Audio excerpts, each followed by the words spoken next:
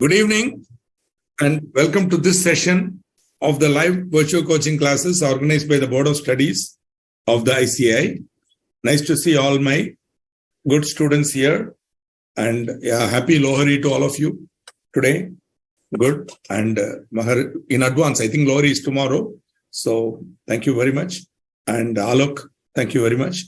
So good evening to everybody who's wished in the query pad.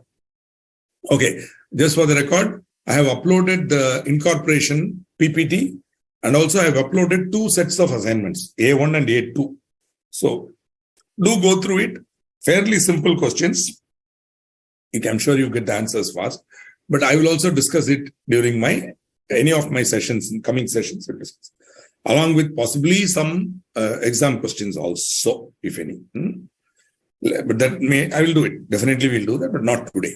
Today, we are going to talk about another new topic because we completed the incorporation in the last class. Today, we are moving on to another topic, which is called Prospectus and Allotment of Securities. Prospectus and Allotment of Securities. So, this is the topic we are going to discuss now. Prospectus is covered in Chapter 3 of the Companies Act. It has a set of rules associated with it as usual. The Companies Prospectus and Allotment of Securities Rules 2014. So,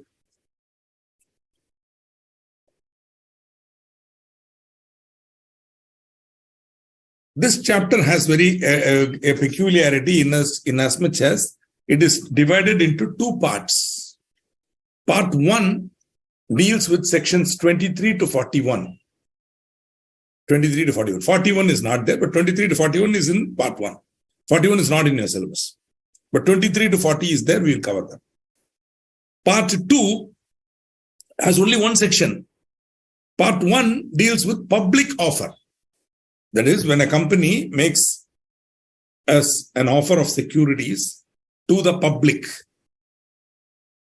Remember, only public limited companies can make a public offer. Private companies cannot. So, that is called public offer, for which you need to issue what is known as a prospectus. That is one. Part 2 deals with private placement.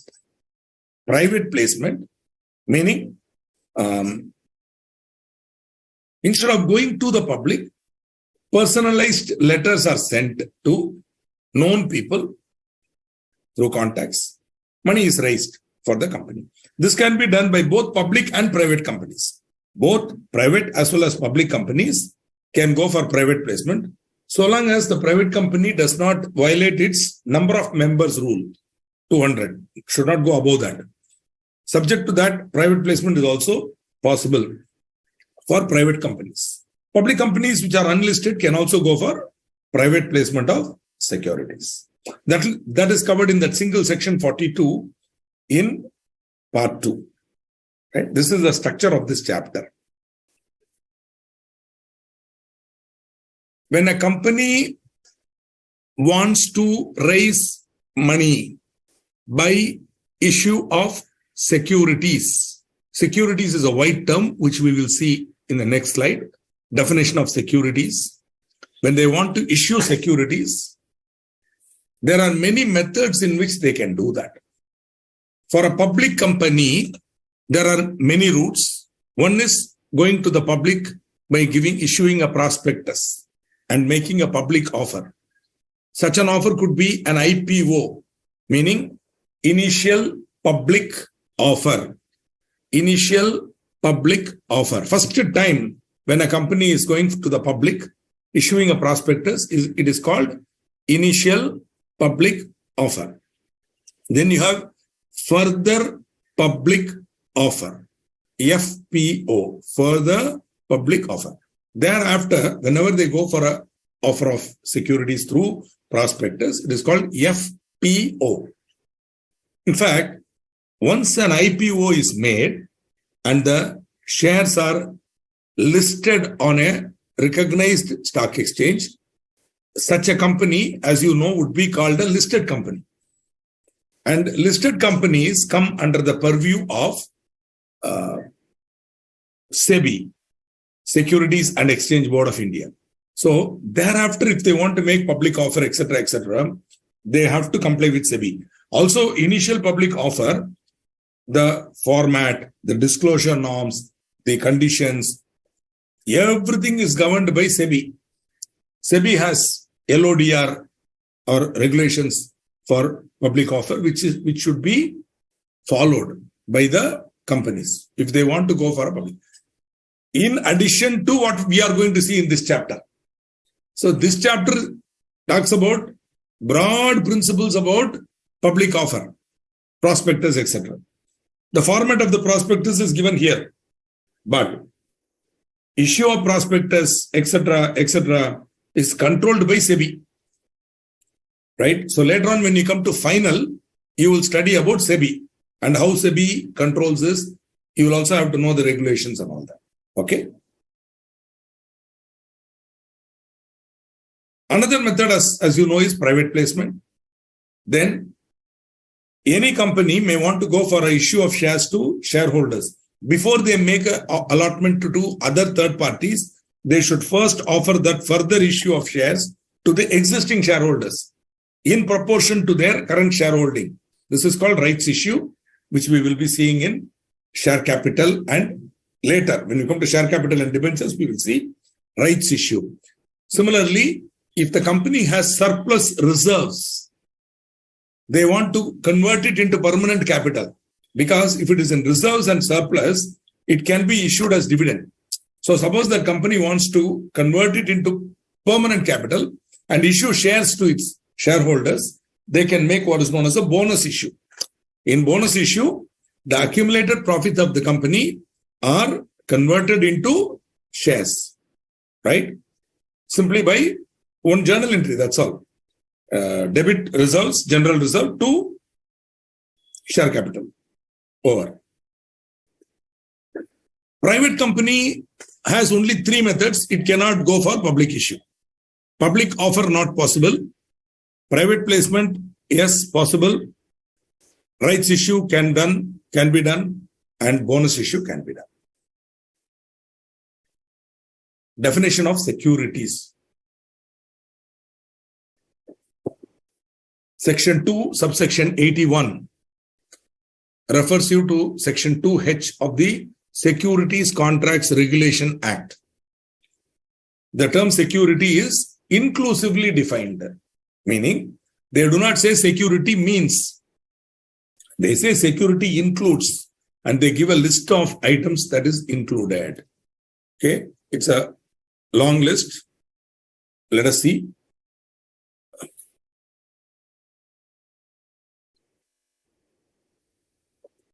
Yes, absolutely correct.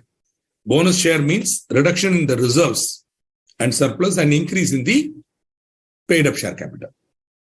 Paid up capital. That is, capital is a paid up share capital. It will go on.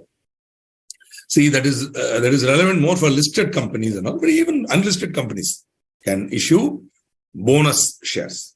More about it when we come to share capital and debentures, when we will talk about about bonus shares. More detail, right? Security includes. So sorry. I'm so sorry. I was not putting it in silent mode. So, shares. Shares, you know the meaning. I don't know how to tell you. Scrips. This is another term for share. In the stock exchange, they generally give you the term scrip. Same as share. For example, Reliance scrips moved up by 10 rupees. That means Reliance share moved up by 10 rupees. Okay, that's all. Nothing, new about it. You can use the word scrip. Nothing wrong. Scrip is not defined in any act. It is a word used in common parlance in the stock exchange. Scripts. It is very old term. It was used in London Stock Exchange. Script. Continue to use. Bonds. Bonds are basically debt instruments. Okay, bonds. Whether issued by government or by companies, whatever, any debt instrument where a piece of paper is issued as a debt instrument, that is called bond, right? So, I'm so sorry, give me 1 minute. I'll just come out of it. Just give me 1 minute.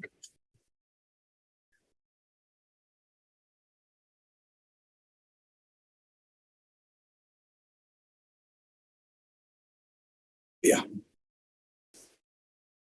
Bonds are basically debt instruments. Stocks, you already know, bundle of shares.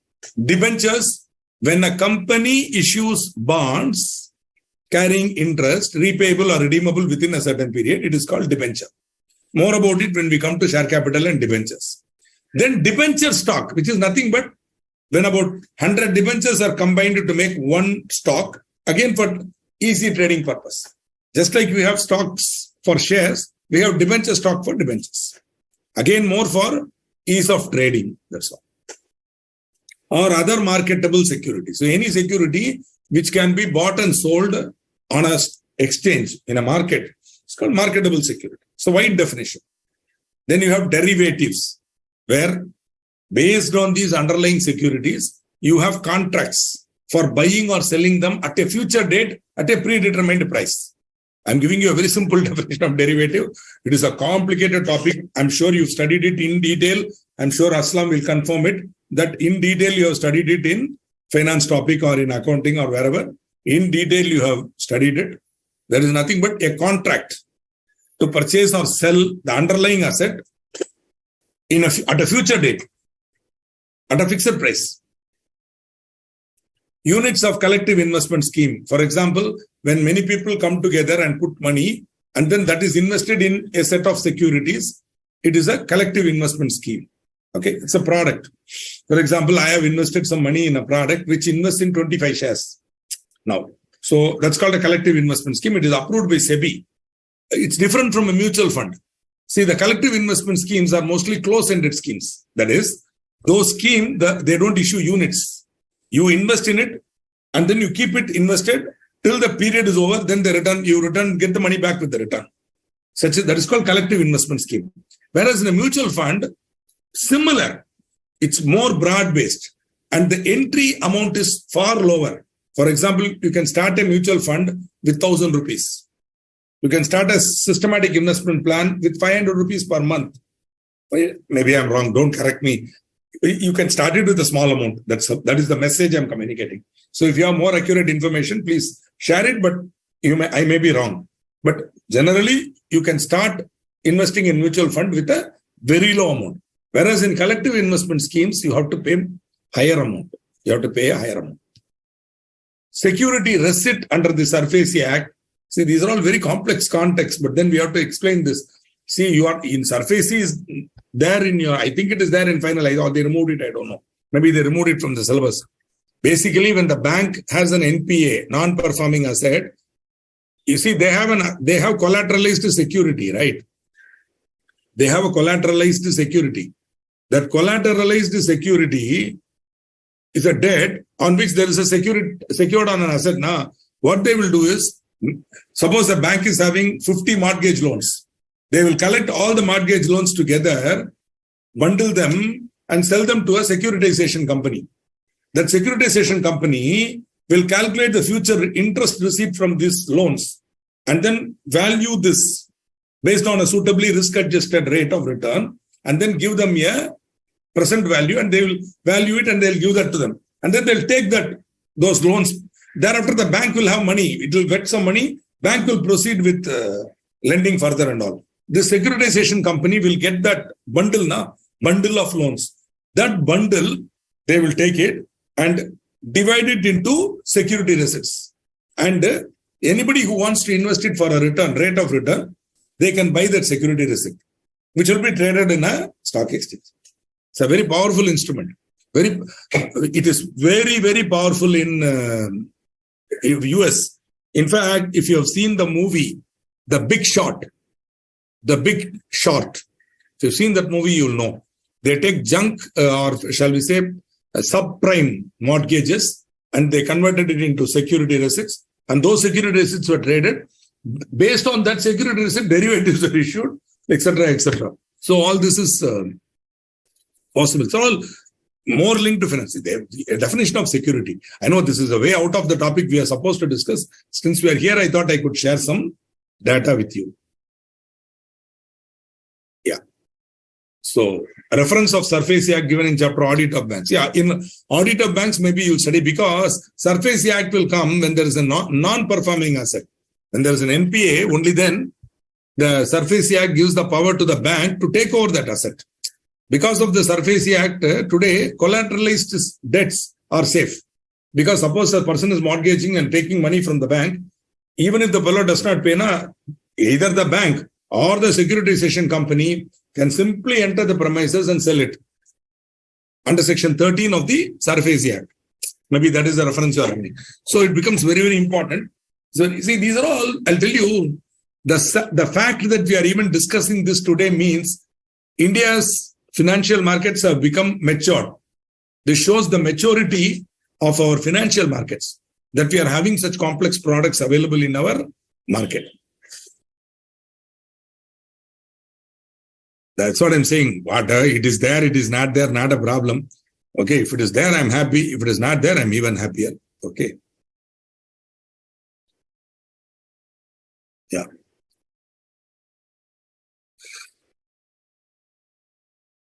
Units of a mutual fund, I'm sure you're all quite familiar. Mutual fund. Except the ULIPs, unit linked insurance policy or insurance plan or policy, ULIP are not covered. ULIPs are not covered. Unit linked insurance policy. They are not covered because they provide life insurance benefit. So since it's a hybrid product where there is an insurance policy combined with investment in the capital market through units, unit linked, ULIPs are exempted from the definition of securities. Similarly, any special purpose entity may issue certain certificate or instrument. There is a security. Government securities, that is bonds issued me. So scrip, I already told you, scrip is the scrip and share, same. Share, scrip, same. Whatever meaning you get from share, that is scrip, same. Okay. So government securities are bonds issued by the government of India or state government bonds. G-SECs as they are called, treasury bonds. Okay. Such other instruments as may be declared by CG. Also right or interest in securities. For example, when a company issues right shares, there will be a right of renunciation. When I come to that, I'll tell you later. That right to renounce itself is a security. That right itself can be bought or sold in the market. Okay, so that also is a security.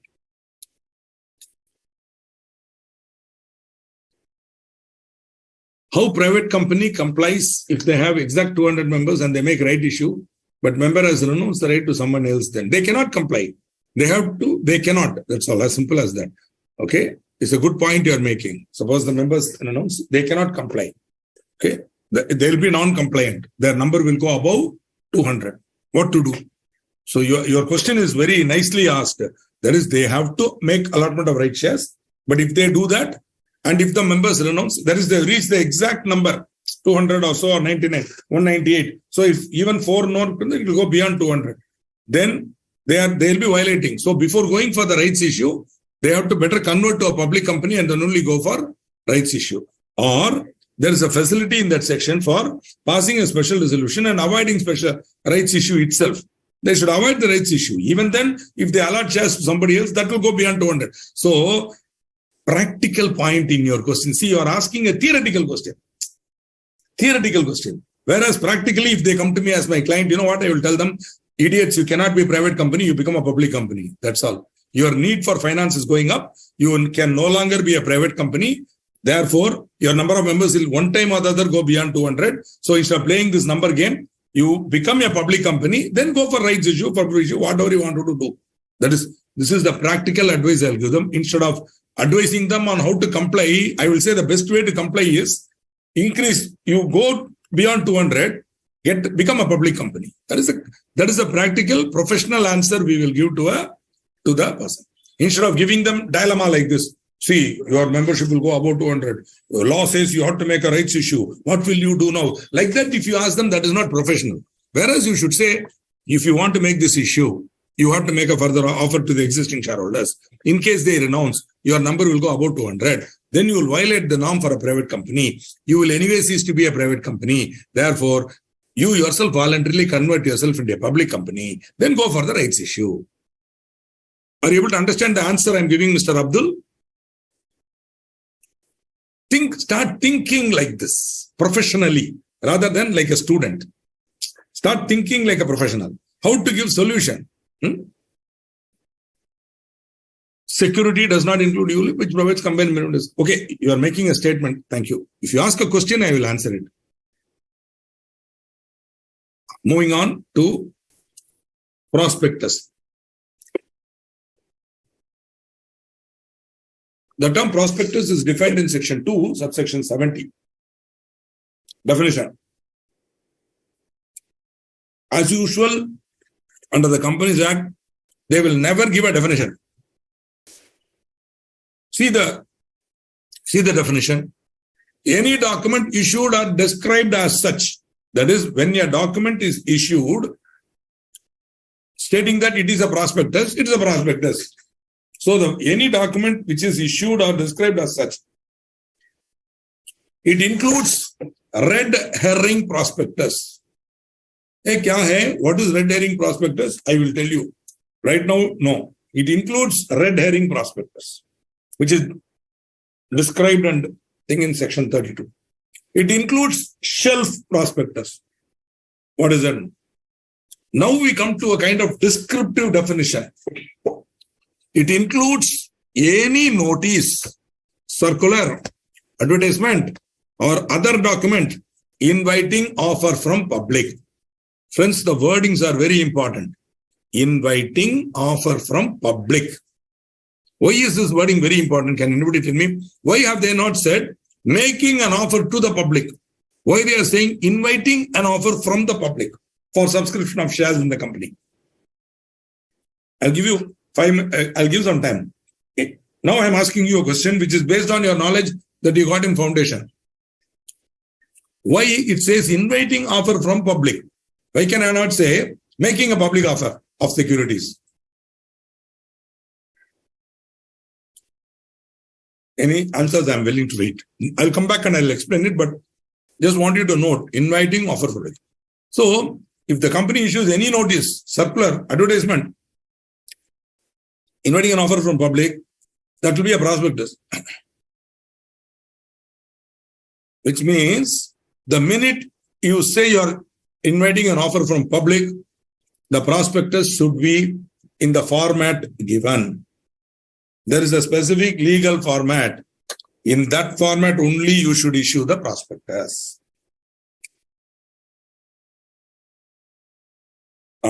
Manoj Kumar Thakur gives the answer, invitation of offer.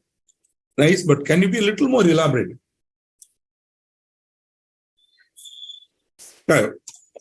Invitation to offer and offer are different.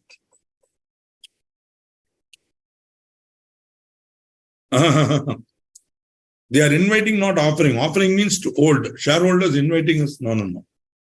I think Meghnash and Manoj Kumar Thakur are nearby. That is, under the Contract Act, you might have learned now, offer should be distinguished from a mere invitation to treat or a mere invitation to make an offer. Prospectus issued by the company is not an offer. Prospectus issued by the company is not an offer under the Contract Act. It is only an invitation to the public to make an offer for shares. We say 1 crore shares are available to you. Anybody interested, make an offer. The application that the public sends now, the application that they send or the online submission and they pay the money in application money, that is the offer. That is the offer. The allotment of the shares by the board of directors is the acceptance. So offer is made, then board of directors may not allot. But once they allot it, contract over. Every person who agrees in writing to become a member and whose name is entered in the register of members. Do you remember the definition? So every person who applies in writing to become a member and whose name, when it will be entered in the register of members, I allot his share, then I enter in the register of members, become a member. That contract is completed only when the allotment is done. So prospectus is not a mere issue of prospectus, is not an offer. It is only an invitation to trade. There's a case law also, some of you may remember. Ramsgate Victoria Hotel versus Montefiore. Offer is the application of public for shares. Correctly said. Priyanka says correctly. Company accepts by allotting the shares. Beautiful. Correct. The prospectus is only an invitation to trade. Excellently stated. Excellently stated.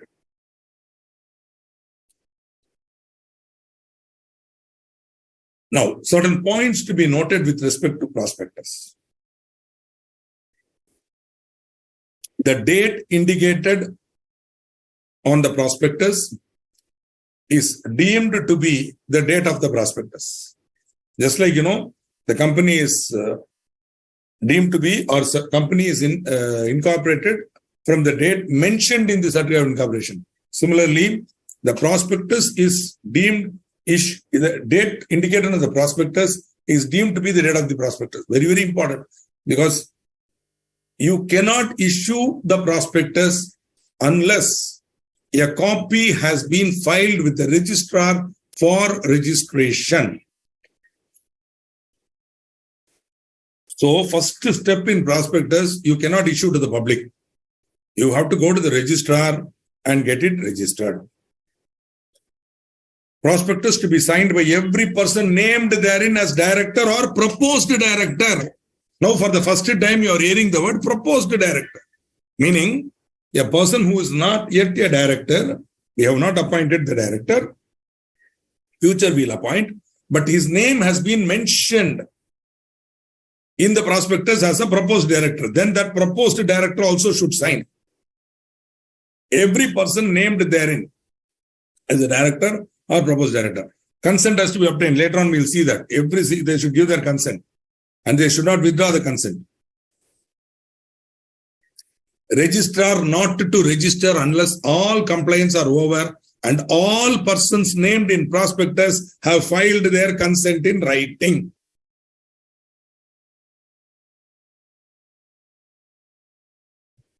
Why it is written from public? Because the prospectus is inviting an offer. The prospectus is an invitation. To whom it is made? To the public. So who will give the offer? The public will give the offer. How they will give the offer? By making an application. So the application is the offer. The prospectus is only an invitation for an offer from the public. Okay. Deemed director is different. Proposed director is different. Deemed director is a person in accordance with whose instructions or directions the board of directors of the company is accustomed to act. It's a totally different concept. Alag alag hai. Don't confuse. When there is a nice word here, proposed director, why you want to give another name? He is not a deemed director. See, when a person will be deemed, only when he is not actually a director, but he behaves like a director, we call him deemed director. This gentleman will be appointed as a director. As of today, he is not. He is proposed here. Later, we will appoint him as a director. Okay. In between, he is no connection between him and us. The only connection is his name is mentioned as proposed director. He is not signing as a director. He is signing the prospectus as a proposed director. He is not yet a director. Whereas a deemed director has not been appointed as a director, but he is acting as a director. Whereas our proposed director will not act as a director. He is only named here. Once the company, they may appoint him later, he will become a proper director. CS need not sign in the prospectus. To my knowledge, no CS will sign. Why will sign? No way. Sir, don't sign all that, sir, unless needed. Okay? Don't sign. Unless it's an existing company and there is a company secretary, then they may sign. Otherwise, don't sign prospectus. It's a very dangerous document. We'll see that later. Okay? It's a very dangerous document. As of now, I do not see any reason why a CS would want to sign the prospectus. They will not. Only directors and proposed directors have to sign. In case the CS is on the board, as a director, he has to sign. Sometimes the prospectus may contain financial statements, which could be certified by an expert like a chartered accountant. There could be a valuation of property or shares or intellectual property. Then a valuer would be there. Also, there may be some company law statements made about applicability of section and all. That will be certified by an expert called company secretary, and so on and so forth. So any expert, any other person who has the power or authority to issue a certificate in pursuance of any law, when an expert gives a certificate or opinion or, authorization, then he also has to be a party to the prospectus. This is a definition of expert. Where a person is giving his opinion as an expert in the prospectus, his name is mentioned, then he also has to give his consent in writing. Who is an expert? We already saw. The expert should be a person who is not and has not been engaged or interested in the formation, promotion, or management of the company. The expert should not be in any way connected with the company. He is not be an employee. He should not be a person who was there, one of the signatory to the memorandum, or one of the promoters, or currently director or employee. Nothing. He should be a totally unconnected third party, independent. Only then he can give his opinion as an expert. Suppose one of the directors himself is a leading chartered engineer. One of the directors himself is a leading chartered engineer. He definitely has a lot of knowledge about the subject. Nobody can question. But can he give his expert opinion? No. Why? Because he is an interested party. He is already on the board, obviously. Therefore, uninterested or disinterested third party only should give. Expert has to be a person who is not and has not been engaged or interested in the formation, promotion, or management of the company. Auditor can be an expert. Why not? Because he is not engaged or interested in the formation of the company. In fact, many times auditor will give his opinion. Tax opinion will be given. All that auditors can also do. Nothing. Because by definition, as you will be seeing in auditor's topic, an auditor is an independent person. The auditor's independence is already established. Therefore, he can give. Auditor is an expert. Chartered accountant is an expert. The company's auditor himself can give. Nothing wrong in the company's auditor giving an expert view because he is an independent professional. Yeah. Proposed director will sign, will be appointed in the future. Correct. Once the company, see, the idea is, I'll tell you how it happens. These people will be VIPs or senior people. They would, I don't know why this would happen, but they might say, no, let me not become a director. You put my name. Later on, I'll join. Sorry. The point is, whose name will be mentioned in the prospectus as a proposed director? Not some Tom, Dick, or Harry. Some celebrity name will be put, or some very, very powerful influencer. Their name will be put, so that people who see that name will say, hey, this guy is involved in this company, then the company must be a good company. Something like that. For example, you put the name of Sri Ravi Shankar. So the minute we see, oh, Swami Guruji is there, Sri Ravi Shankar ji is there, that means a great company. In the prospectus, Sri Guru Ravi Shankar Guruji has agreed to be a director of the company. Then all the devotees of Ravi Shankar will say, we trust this company. So in a way, you are using the name of that celebrity to gain some benefit or to gain some attraction with the public. No problem. If Ravi Shankar has given his consent, no problem. If not, gone. The proposed director should give his consent and sign. If he is signing, no problem. But obviously, if he is not aware, you simply put his name, how he will sign? That is why they have put this condition, so that the names of celebrities should not be mentioned as proposed directors without their knowledge or consent. That is why they have put this condition. It's a protection for the investor, because if I see the name of some very important, eminent person, immediately I'll be impressed. And innocent Aam Aadmi like me, I have no education. I believe, hey, that person going to be director, then the company must be a good company. So I'll be cheated. Therefore, they say very clearly, if you want to issue the prospectus, they should sign. Consent in writing and sign. Okay. I think this is a very interesting provision. Because before all these amendments and all sorts of celebrity names will be misused. And then later on, the company, once the money is collected, they will not become director. But in case they do not become director, then if they give their consent and do not become director, they will be in trouble. In case there is a misstatement in prospectus, in case the company is a fraudulent company, the fact that they have not been appointed is no concern, because they will be liable for the misstatement in prospectus as a proposed director and signatory to the prospectus. They have signed the prospectus now. Every person who has signed the prospectus or authorized this issue, liable. They will get caught. So that is why you have to be very careful in this matter.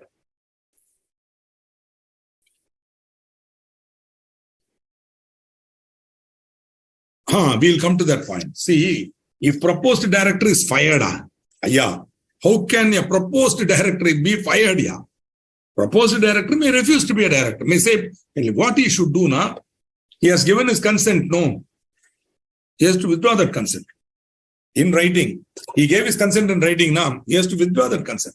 Then, as you rightly say, that consent, if he is withdrawing it before the issue of the prospectus, then the prospectus should be changed and the fresh prospectus should be filed. There should be an amendment. But suppose the prospectus is already issued, money has been collected, then he cannot escape. If he wants to get out, he has to do it before the issue of the prospectus. After that, he cannot. Nothing can be done. If there is a misstatement in the prospectus, he will become liable. He cannot be fired. He cannot resign. Because only if you are appointed, you can resign. He has not yet been appointed. He can withdraw his consent. That is a word you have to use here. If proposed director has withdrawn his consent to the prospectus, then if it is done before the date of issue of the prospectus, a fresh prospectus without his name should be issued. But if it is done after the issue of the prospectus, nothing can be done. He will also be liable.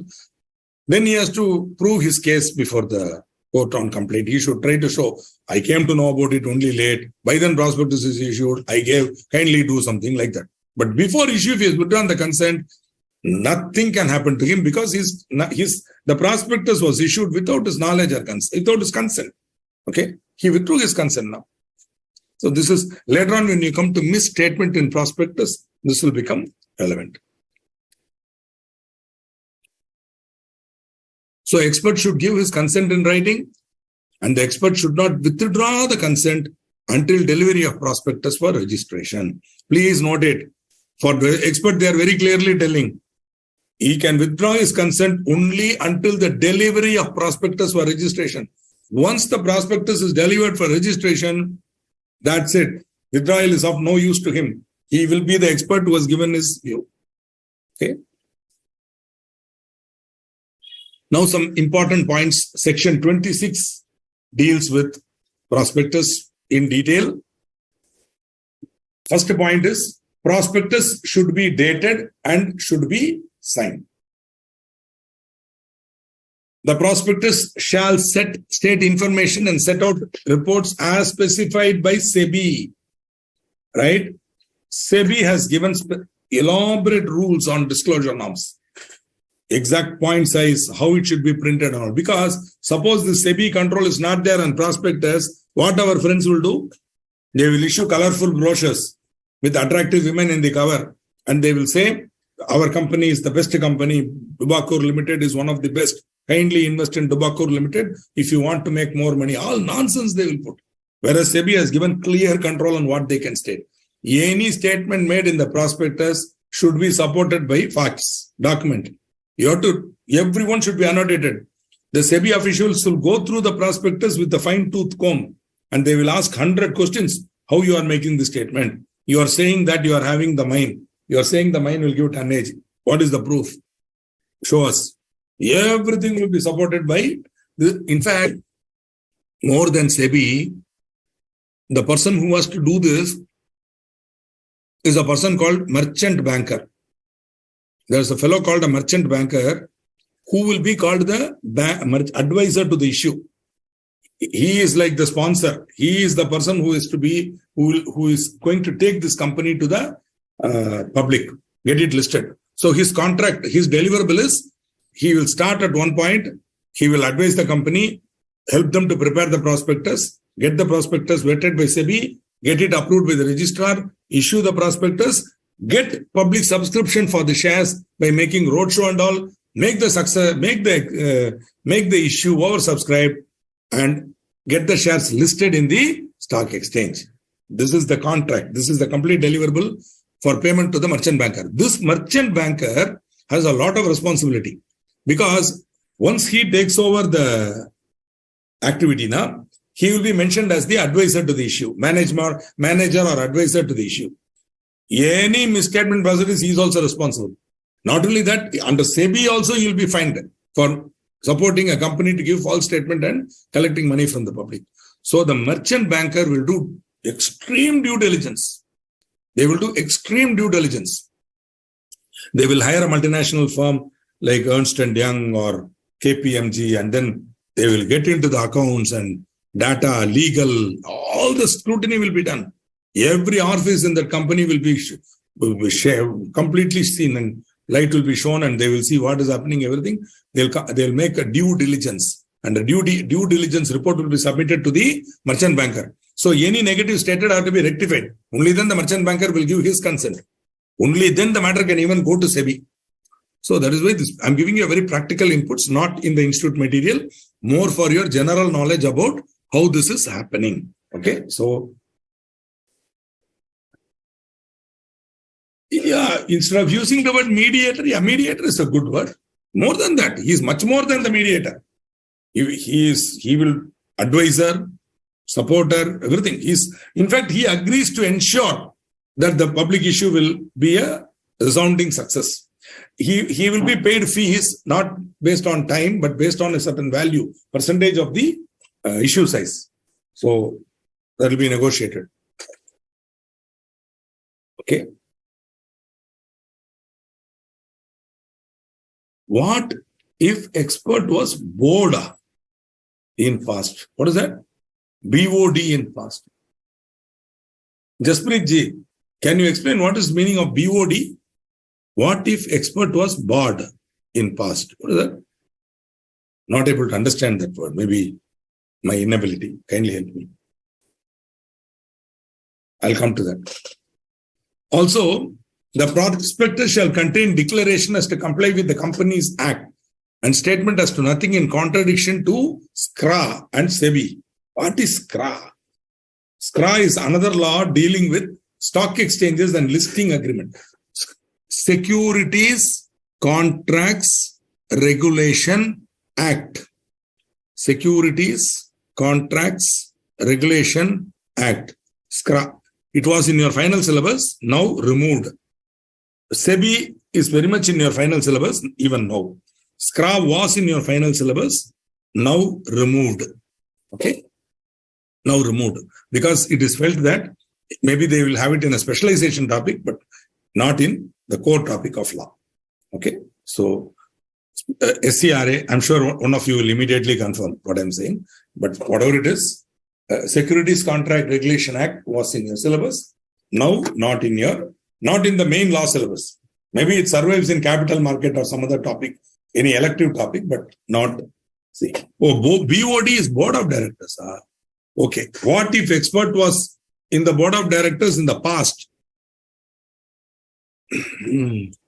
Expert to be a person who is not and has not been. What is the meaning of has not been? What do you think could be the meaning of has not been? Hey, Priyanka ji, you are giving a reply for Jasprit. Jasprit put BOD. Other than Jasprit, everybody is giving explanation of BOD. Okay. Whatever it is, has not been. So even in the past, if he is bored, then he BOD, then he will not be. Okay. Answer is that past also involvement would not be, he should not be in any way connected with the company. So he can't be a director in the BOD, then resign and become an expert and give the opinion. See, independence is lost. What do you say? That is why. Independence is very, very important.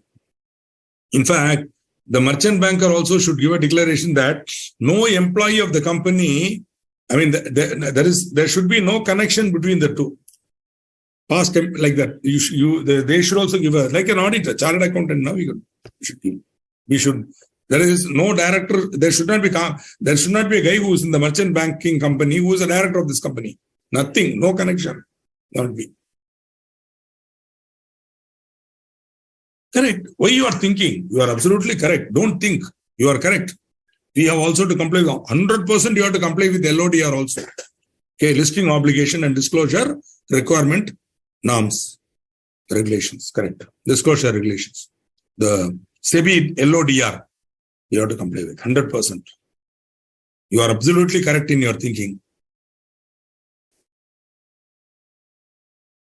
I'm not very clear on that. They are only saying he should not be engaged. Indirect is not covered. That is relative and all not covered. He should not be engaged or interested in the format. Indirect interest through relatives, firm, etc. Not covered. Okay.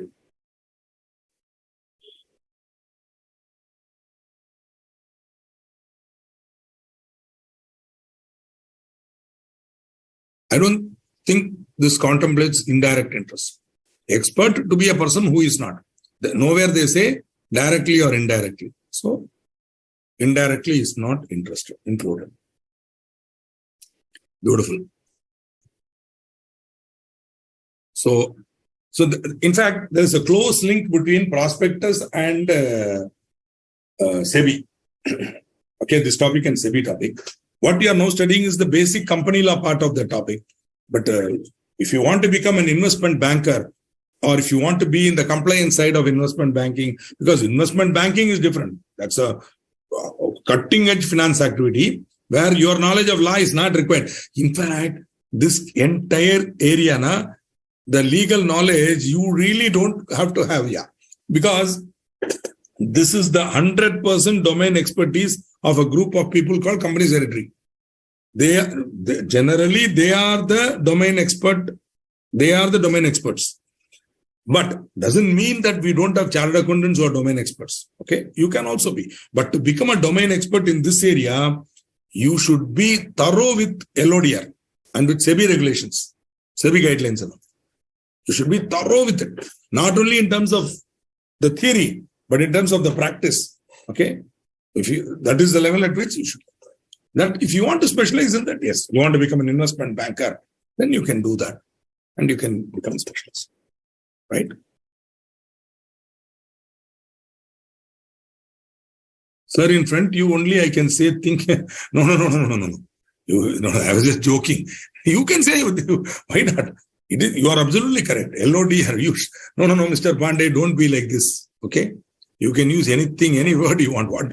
In front of you, I am zero. LODR and all is very vast. I know a little bit only. In as much as I've studied it for theory part, for teaching and all I know. Practically, it's a ocean of a subject. For that, there are many experts. Not necessarily chartered accountants. Some of the experts in SEBI are not even qualified. They are basically graduates who got experience in investment banking. And they have picked it up. You'll be very surprised. Okay? And they are basically non-qualified people. But they have got extreme depth expertise in implementation of SEBI guidelines. So they know. There are people like that. Chartered accountants also are there. Company secretaries are also there. Can the expert be a spouse of the director? Good question. Can be. Nothing wrong. Nothing wrong. It is not prohibited. So long as that wife is not engaged or interested in the formation or promotion or management of the company.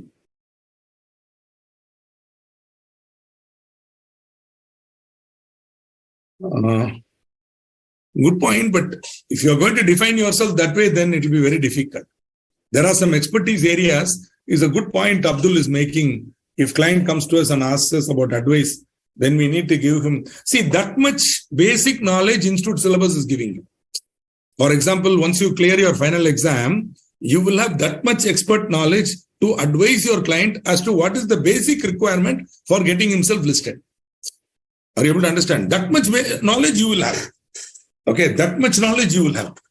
But in-depth knowledge of LODR, etc., if you want, you can acquire. But in practice, it may not be very relevant to have that much in-depth knowledge because I'm talking now from experience more than expertise and knowledge. If you are a practicing chartered accountant, maximum in your entire lifetime, 5 of your clients will go public. For that 5 clients, you need not study LODR thoroughly. All that you need to know is when they come to you for advice, you should know when they can go for listing. That is the real advice they want from you. Once you decide they have to go for listing, then automatically they will go to a merchant banker who will give them all the advice they need. Even if you want to do it, they will have to go only to a merchant banker. Your best support could be being with them, helping them to select the merchant banker and constantly hand-holding them and advising them on what they are supposed to do. This is the better role that you will be playing rather than become an expert in SEBI and all. Okay. I don't know how to convince you, Mr. Abdul, but I think by and large, I have told you my view. Okay. So you have to answer your question. Okay. That much knowledge the institute syllabus will give you. Don't worry about that. All of us have that much knowledge. The in-depth, if you go, that's a lot of depth there. If you want to go into that much depth, then you should go there only. You cannot be anywhere else. You should become an investment banker. And you should be, then that you will acquire all the knowledge. Then you need not. See, I hope I'm communicating something to you here. See, think about it. Another take on this, another way of looking at this. Medical field is a very wide field. Medical field is a very wide field. Today you go to a doctor, he will, without any shame, a doctor will tell you, I'm not familiar with that topic. No doctor is ashamed to say that I'm not an expert. For example, he will say, sir, I am a diabetologist or I am a cardiologist. I'm not a nephrologist. So I have some feeling that there is something wrong with your kidney also. Some of the reports are not coming out correctly.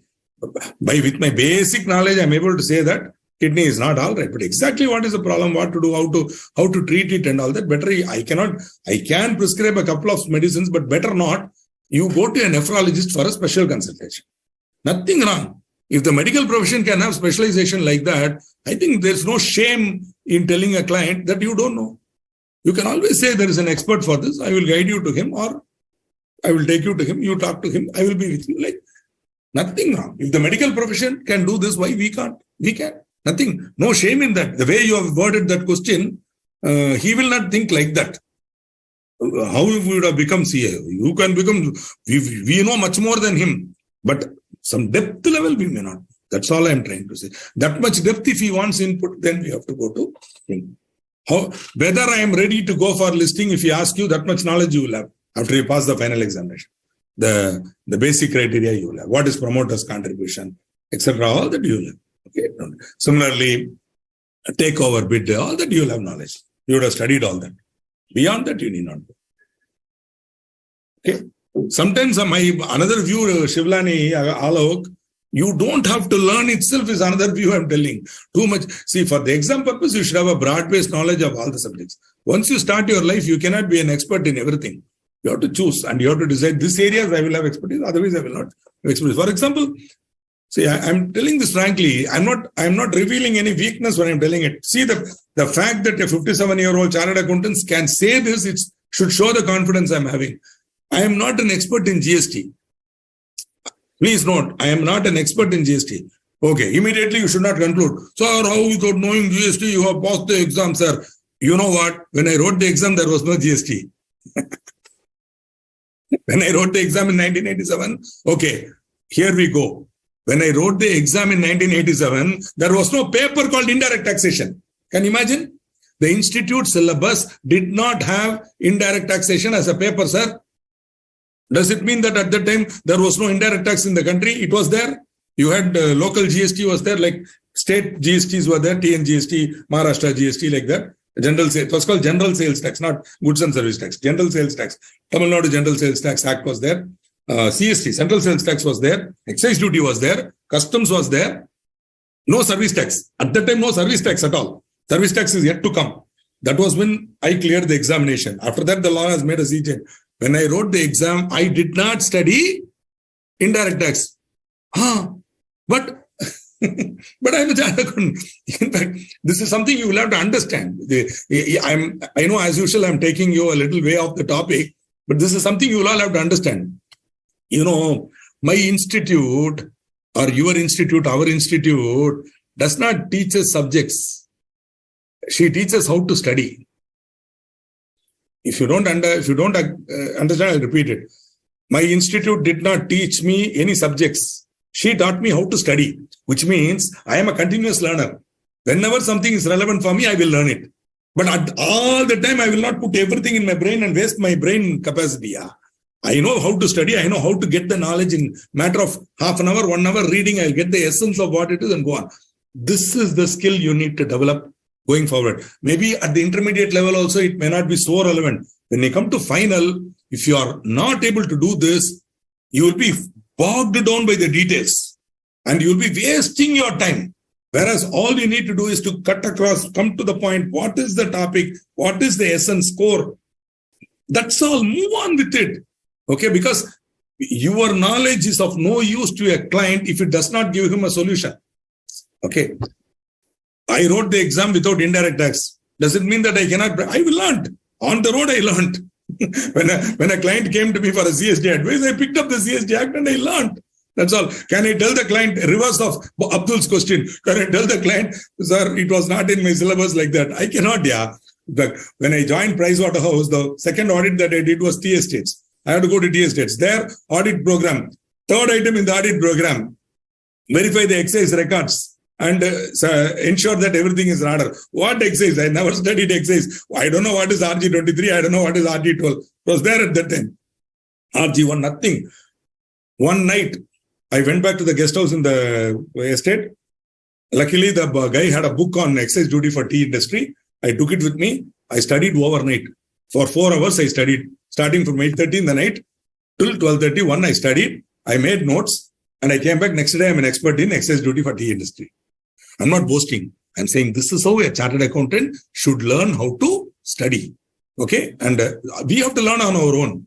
I learned it. And the next day when I went, I started the audit.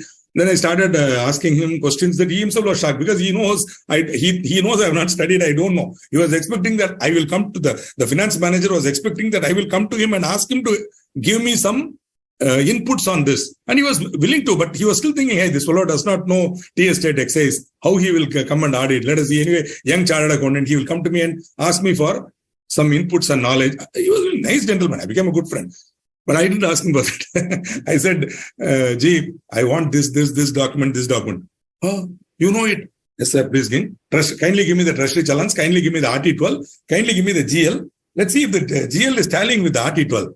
Your RT12 is tallying with the GL. Srikanth, I'll tell you one thing. This RT12 reconciliation with the GL yet to be done. Then please do it and give it to me tomorrow.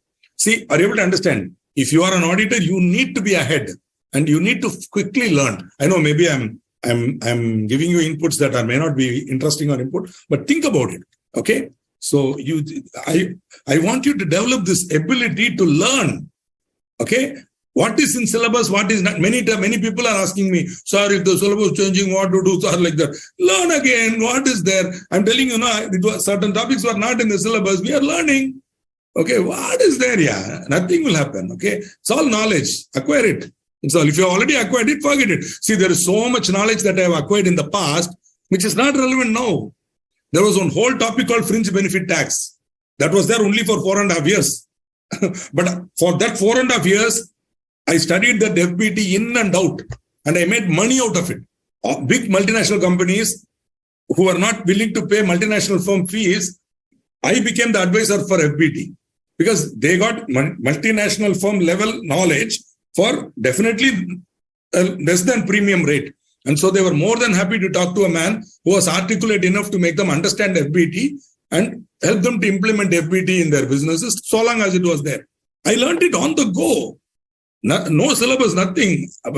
Practicing CA, we have to learn. So, concluding my elaborate and unnecessary, shall we say, inputs to you, CA student learns how to learn. CA student does not bother about syllabus. CA student is not concerned about it will be there in the exam or not. If it is there, that is okay. But even then, you learn how to learn. That is very, very important. Okay. I know I have gone into a very, very tangential delivery of a thought, but I thought it will be useful to you. That's why I'm giving it. Don't do it. Yeah, you need not be an expert. I have, in my life, I have proved it. I'm not an expert in many things, but I'm an expert in something else. So everybody should have some specializations. You can go. If you find a good specialist, refer to them, nothing wrong. Okay. If you want to become a specialist, then become. Only one area or two areas you become a specialist. You can try to do that. Fantastic. I'm so happy that I could share this knowledge with you. Okay. Now, yes. Prospectus shall contain a statement regarding consent of expert. That is, it should say that the expert has given the consent and that he has not withdrawn the consent. The prospectus shall state that the prospectus has been delivered. So on the cover page, very clearly, there should be a statement to the public that this prospectus has been delivered. Please note, the minute a prospectus is delivered to the registrar for registration, what will happen? When the prospectus is delivered to the registrar for registration and it is registered by the registrar, what happens? It becomes a public document. It becomes a public document. Okay, everybody is deemed to have read it. If a shareholder is investing without reading the prospectus, he cannot say tomorrow, I'm not aware it was there. Sorry, it's a public document. Which doctrine? Doctrine of constructive notice. Baba, you're supposed to have read the prospectus and then only entered into the thing. Okay. It will also state the documents to be attached on the cover page clearly. Okay. Now this exception may come. Yeah, you are absolutely correct. Once the prospectus has been delivered for registration, expert cannot take his consent back. Unfortunate. That is why be very, very careful about giving consent as an expert. If you're not comfortable, don't give.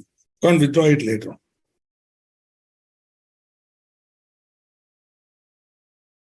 Thank you, Mr. Pandey, for that. Thank you, Mr. Manoj Kumar Thakur. Idea. Thank you.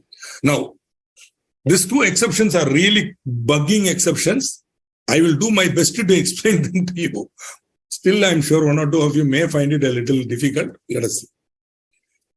All these rules relating to prospectus, 26 Mehena, all these rules, these are the two exceptions. When you are issuing a prospectus or form of application to existing members or debenture holders, whether there is a right to renounce or not. So, when you are not issuing to the public, you are already issuing to the existing members or debenture holders. More like rights issue, where you are not, still you have to issue the prospectus now because you are now a listed company. Now, before your shares are already listed. So now you are issuing a prospectus or form of application to existing members who are already on your members list. They are not public. Okay, whether there is a right to renounce or not, such offer will not need to comply with prospectus requirement. Where you are issuing to the existing members. Or issue a prospectus form of application related to shares or debentures which are or are to be in all respects uniform with the existing shares being quoted or dealt with on a recognized stock exchange. Means FPO. Further public offer. When you are already listed, you are now issuing a prospectus and form of application. These shares or debentures are already quoted or dealt with on a recognized stock exchange. In all respects uniform. in those cases, you need not issue you have to give prospectus, but 26 will not apply. 26 with respect to registration, dating, etc., will not apply, because you might ask me, sir, that means that am I escaping? No. Now think, until you go public, the ROC has control on you.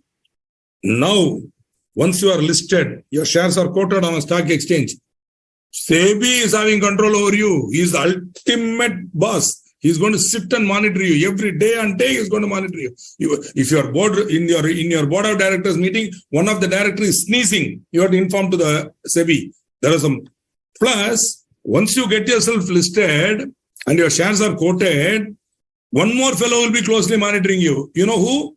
The stock exchange. So a listed company will be having 3 controls. Office, Ministry of Capital Affairs is the least of my problems. Once I get into listing and public issue and all, the Ministry of Capital Affairs is the least of my problems. My real problem is on a day-to-day basis, I have to reply to SEBI and my stock exchange. Mumbai Stock Exchange, Bombay Stock Exchange, or National Stock Exchange. Continuously, they will keep sending my mail. Your share price is going down. What is the problem? Please reply. This form has not come. When was your board meeting held? Have you given any press meet? All that. Any price sensitive information, immediately you have to inform. If you don't inform, you're gone. So prospectus format will be prescribed by SEBI, not this one. That's all. So these are already quoted shares. So MCA control is not there.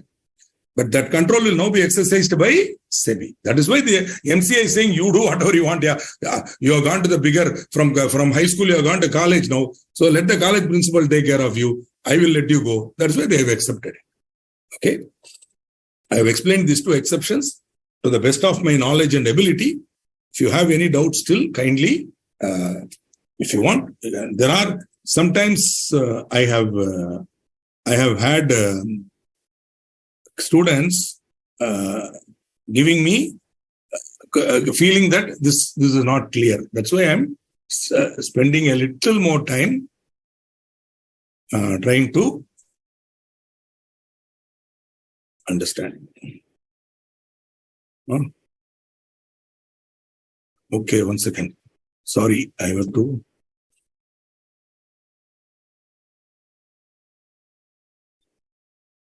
Yeah. Correct. It means that these exceptions will be controlled by SEBI. That is, the second exception will be controlled by SEBI. First exception is you are only issuing that prospectus or form of application to existing members. No public is involved. Only your existing members, whether there is a right to renounce or not. So exception is applicable there. The second exception, controlled by SEBI instead of MCA. To an extent, yes. MCA control on prospectus is not there. Other controls will be there. Annual return, all other. Yeah. Companies Act will apply to listed company also. But in addition to that, if there is any appropriate guideline given by the Securities and Exchange Board of India, that also needs to be complied with, in addition to MCA. Here, in this case, MCA says, we are not bothered. Let SEBI take care of you. Go. That's what it means. You can say that also. Don't say expertise and all. Though it was said jocularly, no. Because MCA people are equally experts in this. Yeah, with regard to public issue, possibly, yes, they may not have that expertise. SEBI guideline, they may not. But not always, because remember, many of the people who are in SEBI would have had a link with MCA. They are parallel organizations, closely monitoring each other. Right? That's all it is. See, there is no equivalent of SEBI in any other country. You have the Securities Exchange Commission in the US, but they don't play the same role that SEBI plays here. Though, of course, to an extent, the Securities Exchange Commission has the similar responsibilities as SEBI. Okay? In US, you have the Securities Exchange Commission. And in each state, you have a separate registrar of companies. There's no central, it's not a central subject there. It's a state subject. Each state, you can income. So when you incorporate a company in the United States, it will be a Nevada company or an Alabama company. You will have clearly a status. You'll be clear that there will be a registrar of companies in the state of Alabama who has given you the thing. You cannot do business in some other state. If you want to do, you have to get a license from that state and things like that. It will be a branch. You are an Alabama-based company like that. Same day, you are absolutely correct. After every meeting of the board, you have to send a copy of the minutes to the SEBI, because in that meeting there might be some price sensitive information. For example, allotment of bonus shares, declaration of record date, dividend. So immediately let's go. So, and the purpose is, once you put it up on the SEBI, send it to SEBI now, immediately it will be put up in the SEBI ticker tape. Both the NSE and you will also have to inform NSE and the BSE. So immediately it will come in the ticker tape.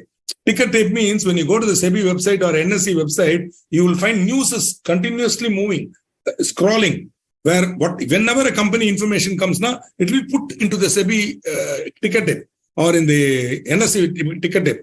From the NSE SEBI ticker tape, it will be taken and put in other websites also, like moneycontrol.com and all. They will allow you to take it and put it. Thereby, people will get the information immediately. So the reason is, any market sensitive information should not be used by some people. It should be available to everybody so that the market will generally correct itself. See, for example, today morning, we have the Infosys Limited coming out with its Q3, results and Q4 guidelines. Okay. And financial year 23 guidelines, the Q4 guidelines they have given. Guideline means they have given profitability. Now, this is an extremely price sensitive information. It has to be informed to SEBI, and so immediately it will get reported in the newspaper also. So this is something that you have to see. Such information is basically price sensitive information. See, I know somebody will tell like this. That is why I asked, sir, didn't understand the meaning of both exceptions. Now please explain again. Okay.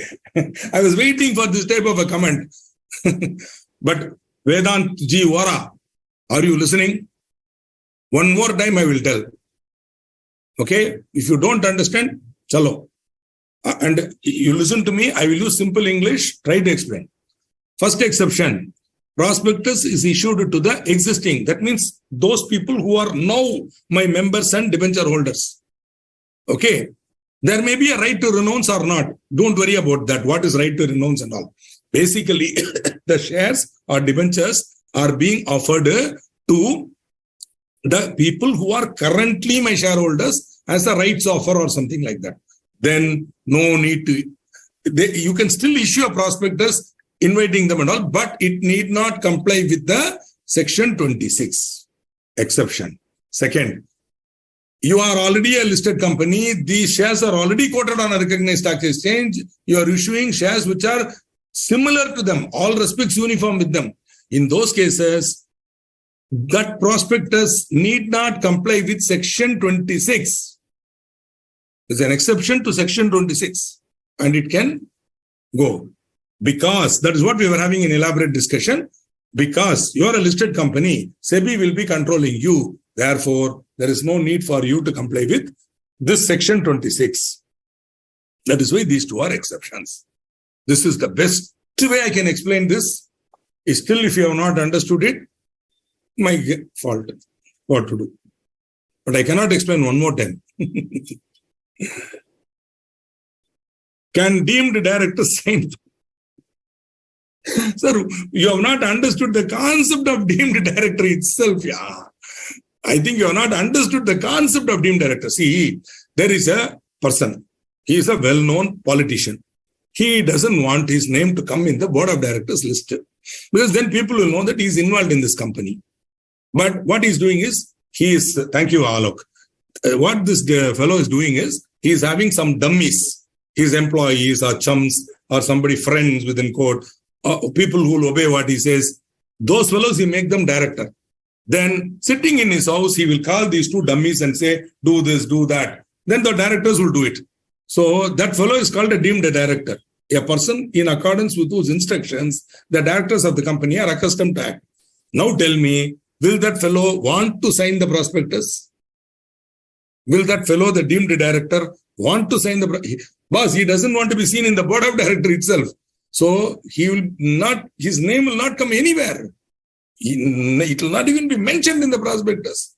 The only connection is these two chumps and dummies. When they get a call, yes, sir, tell me, sir, yes, sir, done, sir, like that, they will say.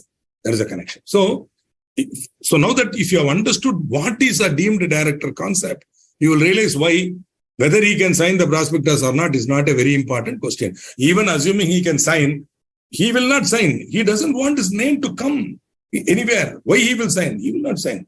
He will put some dummy, and the dummy only will sign. And the dummies all will sign and create the company. Because this fellow is you understand why he is doing it? Because obviously this money that he has pumped in is money laundered money that is pushing into this company and investing in that distillery or brewery, so that distillery or brewery, then they'll again take the money out as cash and he'll get it back like that. You understand? So that fellow, later on, if there is an investigation into that company, at that time only, they will, want to bring him now for CBI inquiry. At that time, they will call him a deemed director. They will try to establish a connection.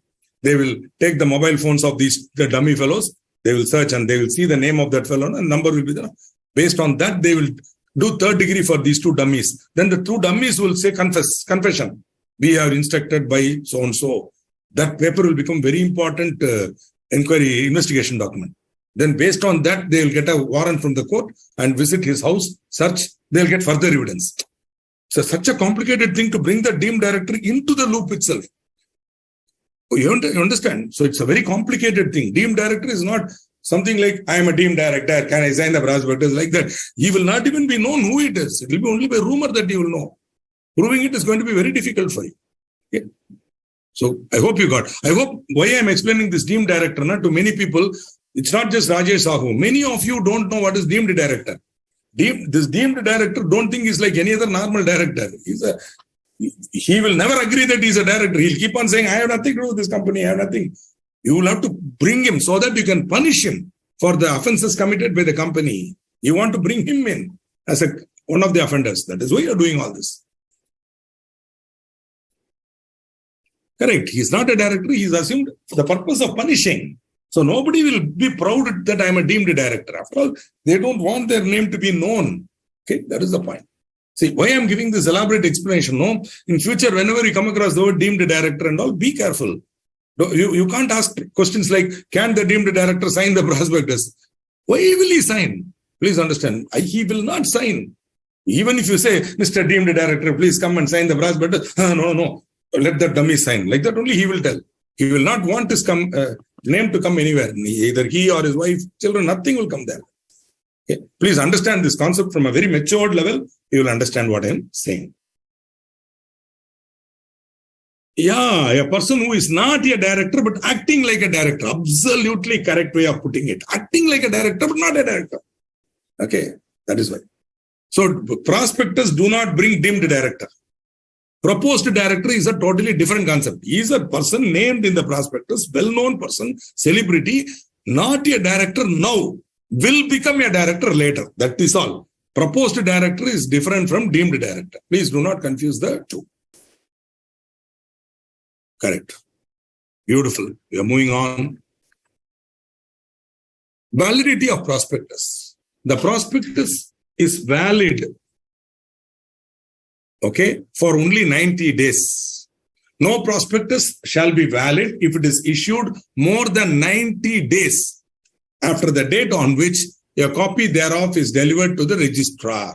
So, we deliver a copy to the registrar. Within 90 days, the prospectus should be issued to the public. Means you should get the prospectus registered and you should issue it to the public. If 90 days expires, then you have to prepare a fresh prospectus and file for registration again. They're giving you 90 days to issue the prospectus. Say, which is why public issue is a very, very time-bound process. Time-bound process. Okay. Once upon a time, I repeat the words very, very carefully. Once upon a time, when I had just qualified as a company secretary, I still had some interest in becoming a practicing company secretary and practicing company law and all that stuff. I had some such notion, not realizing that audit is more, it's paying better than that. So, but then I had expertise in company law. That is a problem. People know that I am a company law author, and also they keep calling, used to give me some work.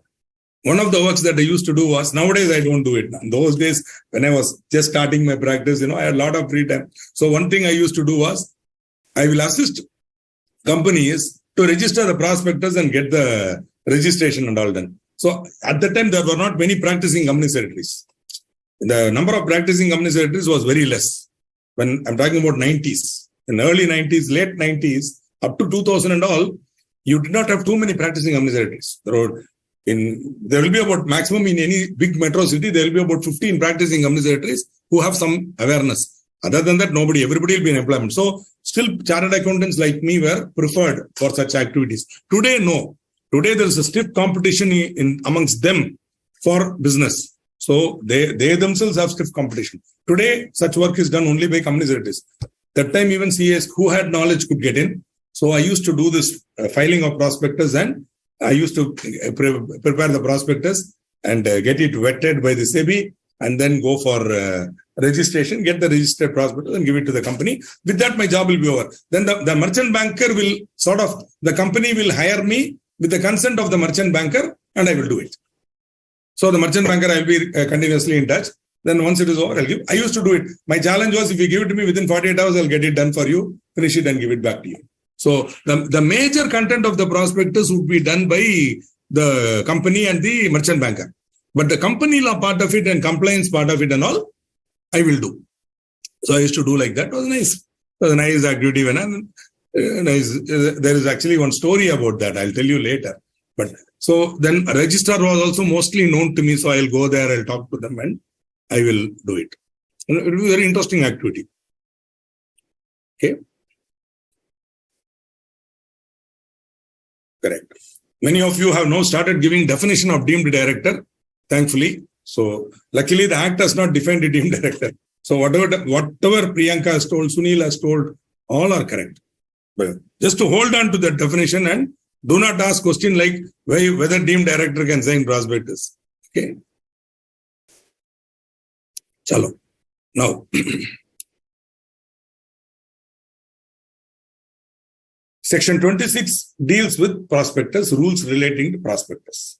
In case any contravention of Section 26 by the company, then the company is liable to a fine of 50,000 rupees minimum, 3 lakhs maximum. Any person who is knowingly a party to the issue of prospectus, an expert, a proposed director, a director, or any other person who has given his sort of opinion about it, whatever, any person who is knowingly a party to the issue of prospectus. Now, the registrar is not a party to the issue of prospectus. The SEBI is not an issue party. They will be specifically disclaimed. SEBI is not in any way connected with the issue of prospectus. Like that, that is one disclaimer you have to put prominently on the prospectus, that no action can be taken against SEBI. SEBI is not approving the prospectus. In no way they are connected with the prospectus. To an extent, you can catch the registrar, but even registrar will not be liable for factual matters. Factual matters, he won't be liable. Only if there is any lapse in the procedure and he has approved it knowingly, then he will be a party. Otherwise, registrar can also regulate, but expert cannot. When the expert has given an opinion and it's shown that it is wrong, false, he will be liable. Whatever it is, there is a separate punishment for misstatement. This is non-compliance with Section 26. Okay, then the person who has, for example, if 90 days has expired and you issue the prospectus to the public, then any person knowingly a party, including the merchant banker, will be a party because he has also been there, no? So he'll be a party. So any other person who is knowingly a party to the issue of prospectus will be liable to a fine, minimum 50,000, maximum 3 lakhs. Earlier, there was a punishment by way of imprisonment. Please note, the punishment by way of imprisonment up to 3 years has been deleted by the Companies Amendment Act 2020 with effect from 21/12/2020. So it will not be there in your institute ka material. Imprisonment would be removed from your institute material. Only fine will be there. Okay. Because I was teaching this topic right from 2020, there was an amendment. That amendment was not effective when I was teaching one session. Therefore, but still I wanted people to be aware that this amendment is there. So I have included it and then I have mentioned this thing. I can as well remove it. Because this provision is not there at all. When I upload it, I will remove it and upload it. Now, we go on to another interesting topic or area, okay, which is this. Now, I'm going to use the word contravention means contravention, not complying with. To contravene means not complying with, disobeying, not complying, not obeying. To make it simpler. Okay. Violation. Okay. Contravention is violation. Okay. Disobedience of the law. Okay. It's called contravention. Okay. Good. I hope you understood, Kavitaji. Contravention means penalty for not obeying section 26. Penalty for not complying. Yeah, correct. Now I got it. Non-compliance. Contravention is non-compliance. Yeah, penalty for non-compliance with section 26.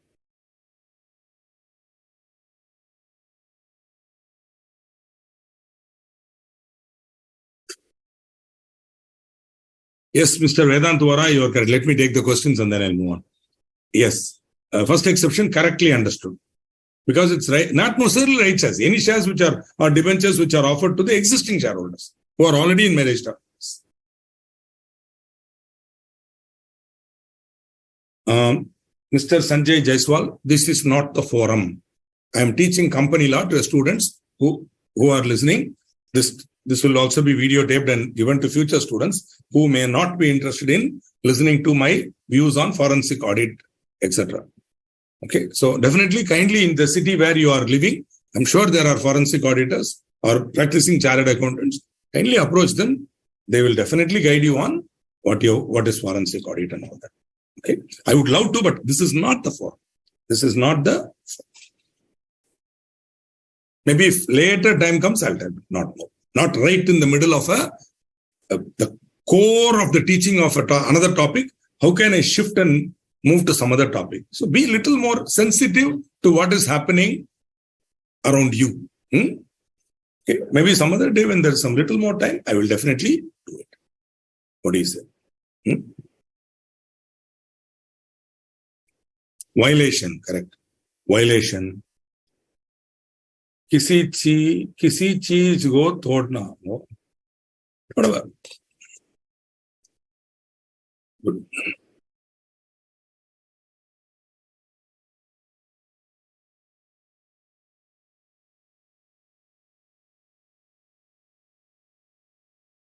See, many of you are regularly using the mobile phones. Am I correct? You are all very much keen on using mobile phone. Of course, you are all CA students, so you will not be wasting your time in social media. But still, you use the internet a lot on the mobile phone, etc., etc. Why don't you download an app called the Dictionary app?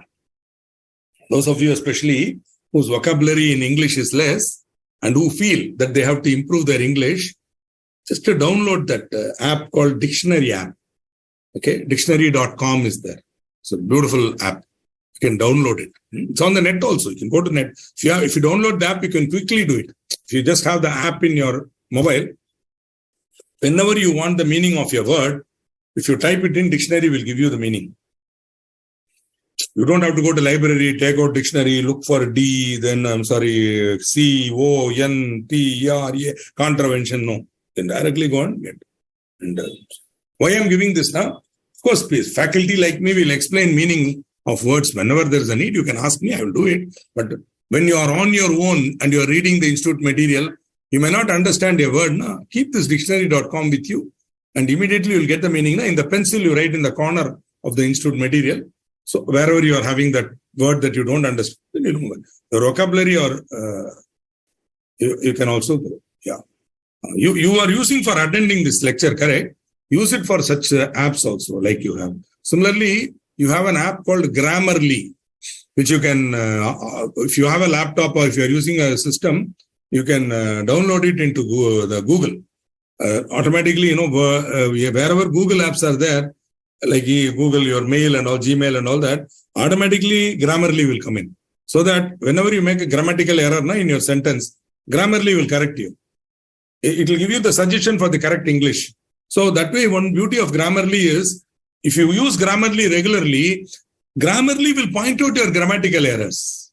And if you are willing to change, if you are willing to learn and change, you will improve your English automatically. Matter of another 6 months to 9 months, your English will improve. This is a practical suggestion I can give. Yeah, you can do it on Google Translate, but I suggest that Google Translate, you go for dictionary. Dictionary will give you more inputs. Check out dictionary, then you will understand why I am telling up though. Okay, I leave it to you. If you don't want to use, don't use. If you want to use it. Okay, Google Translate is meant for a different purpose.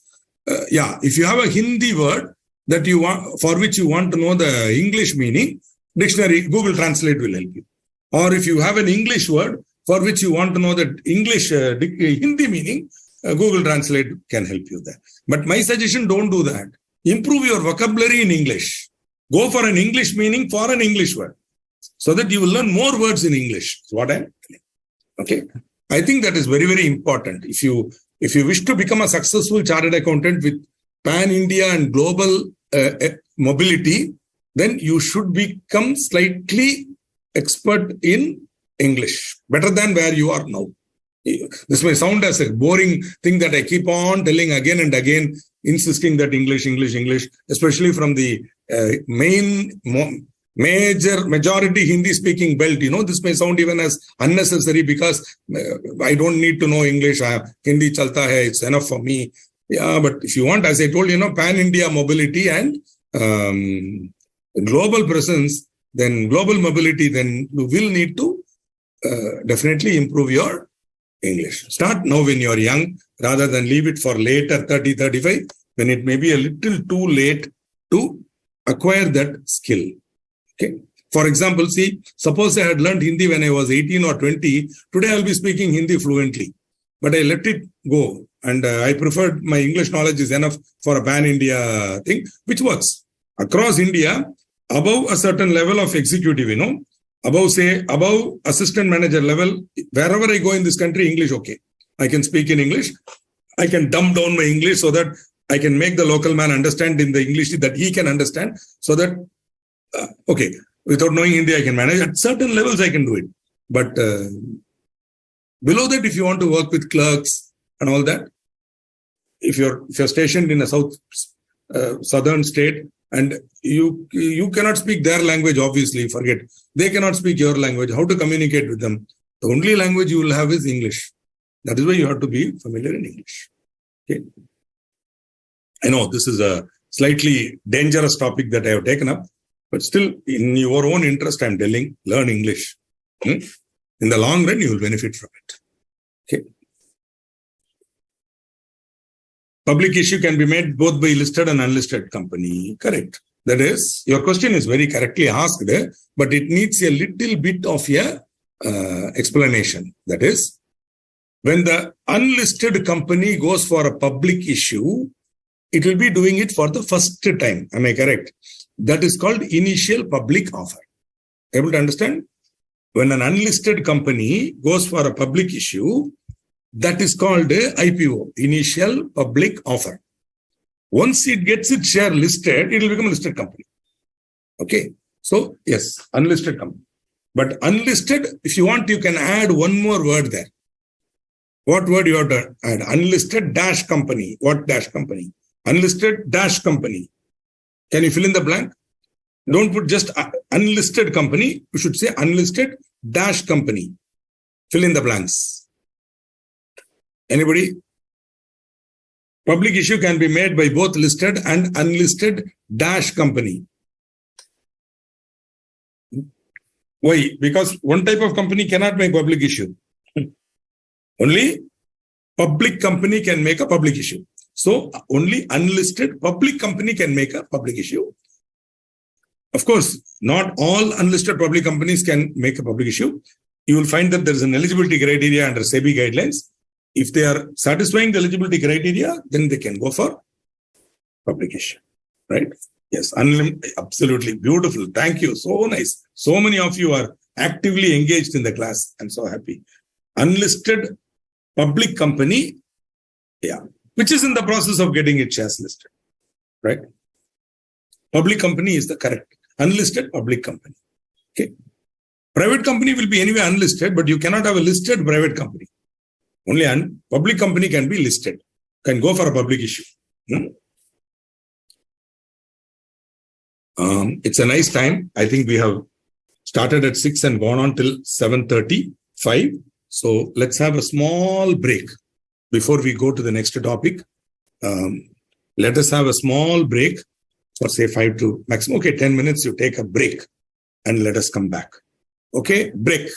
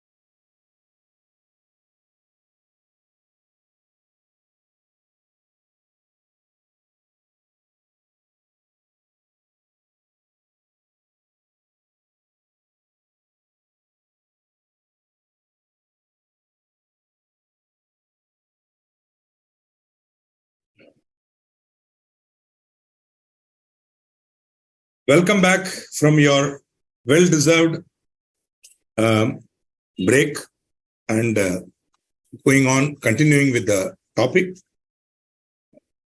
Before IPO, the unlisted public company would be allotting shares in private placement. Yeah, private placement private placement is when you send, we'll see that private placement later in 42, not necessarily private placement. See, for example, they can even do in private deals and all. Yeah. Okay, they can simply see, why should they send a private placement letter? Suppose Mr. A is wanting to invest, he will invest. In that case also, it will be done. So don't make me commit to the word private placement. Before public issue, they can allot in any way they want. So long as the number does not go above, even public company, without any problem, they can allot.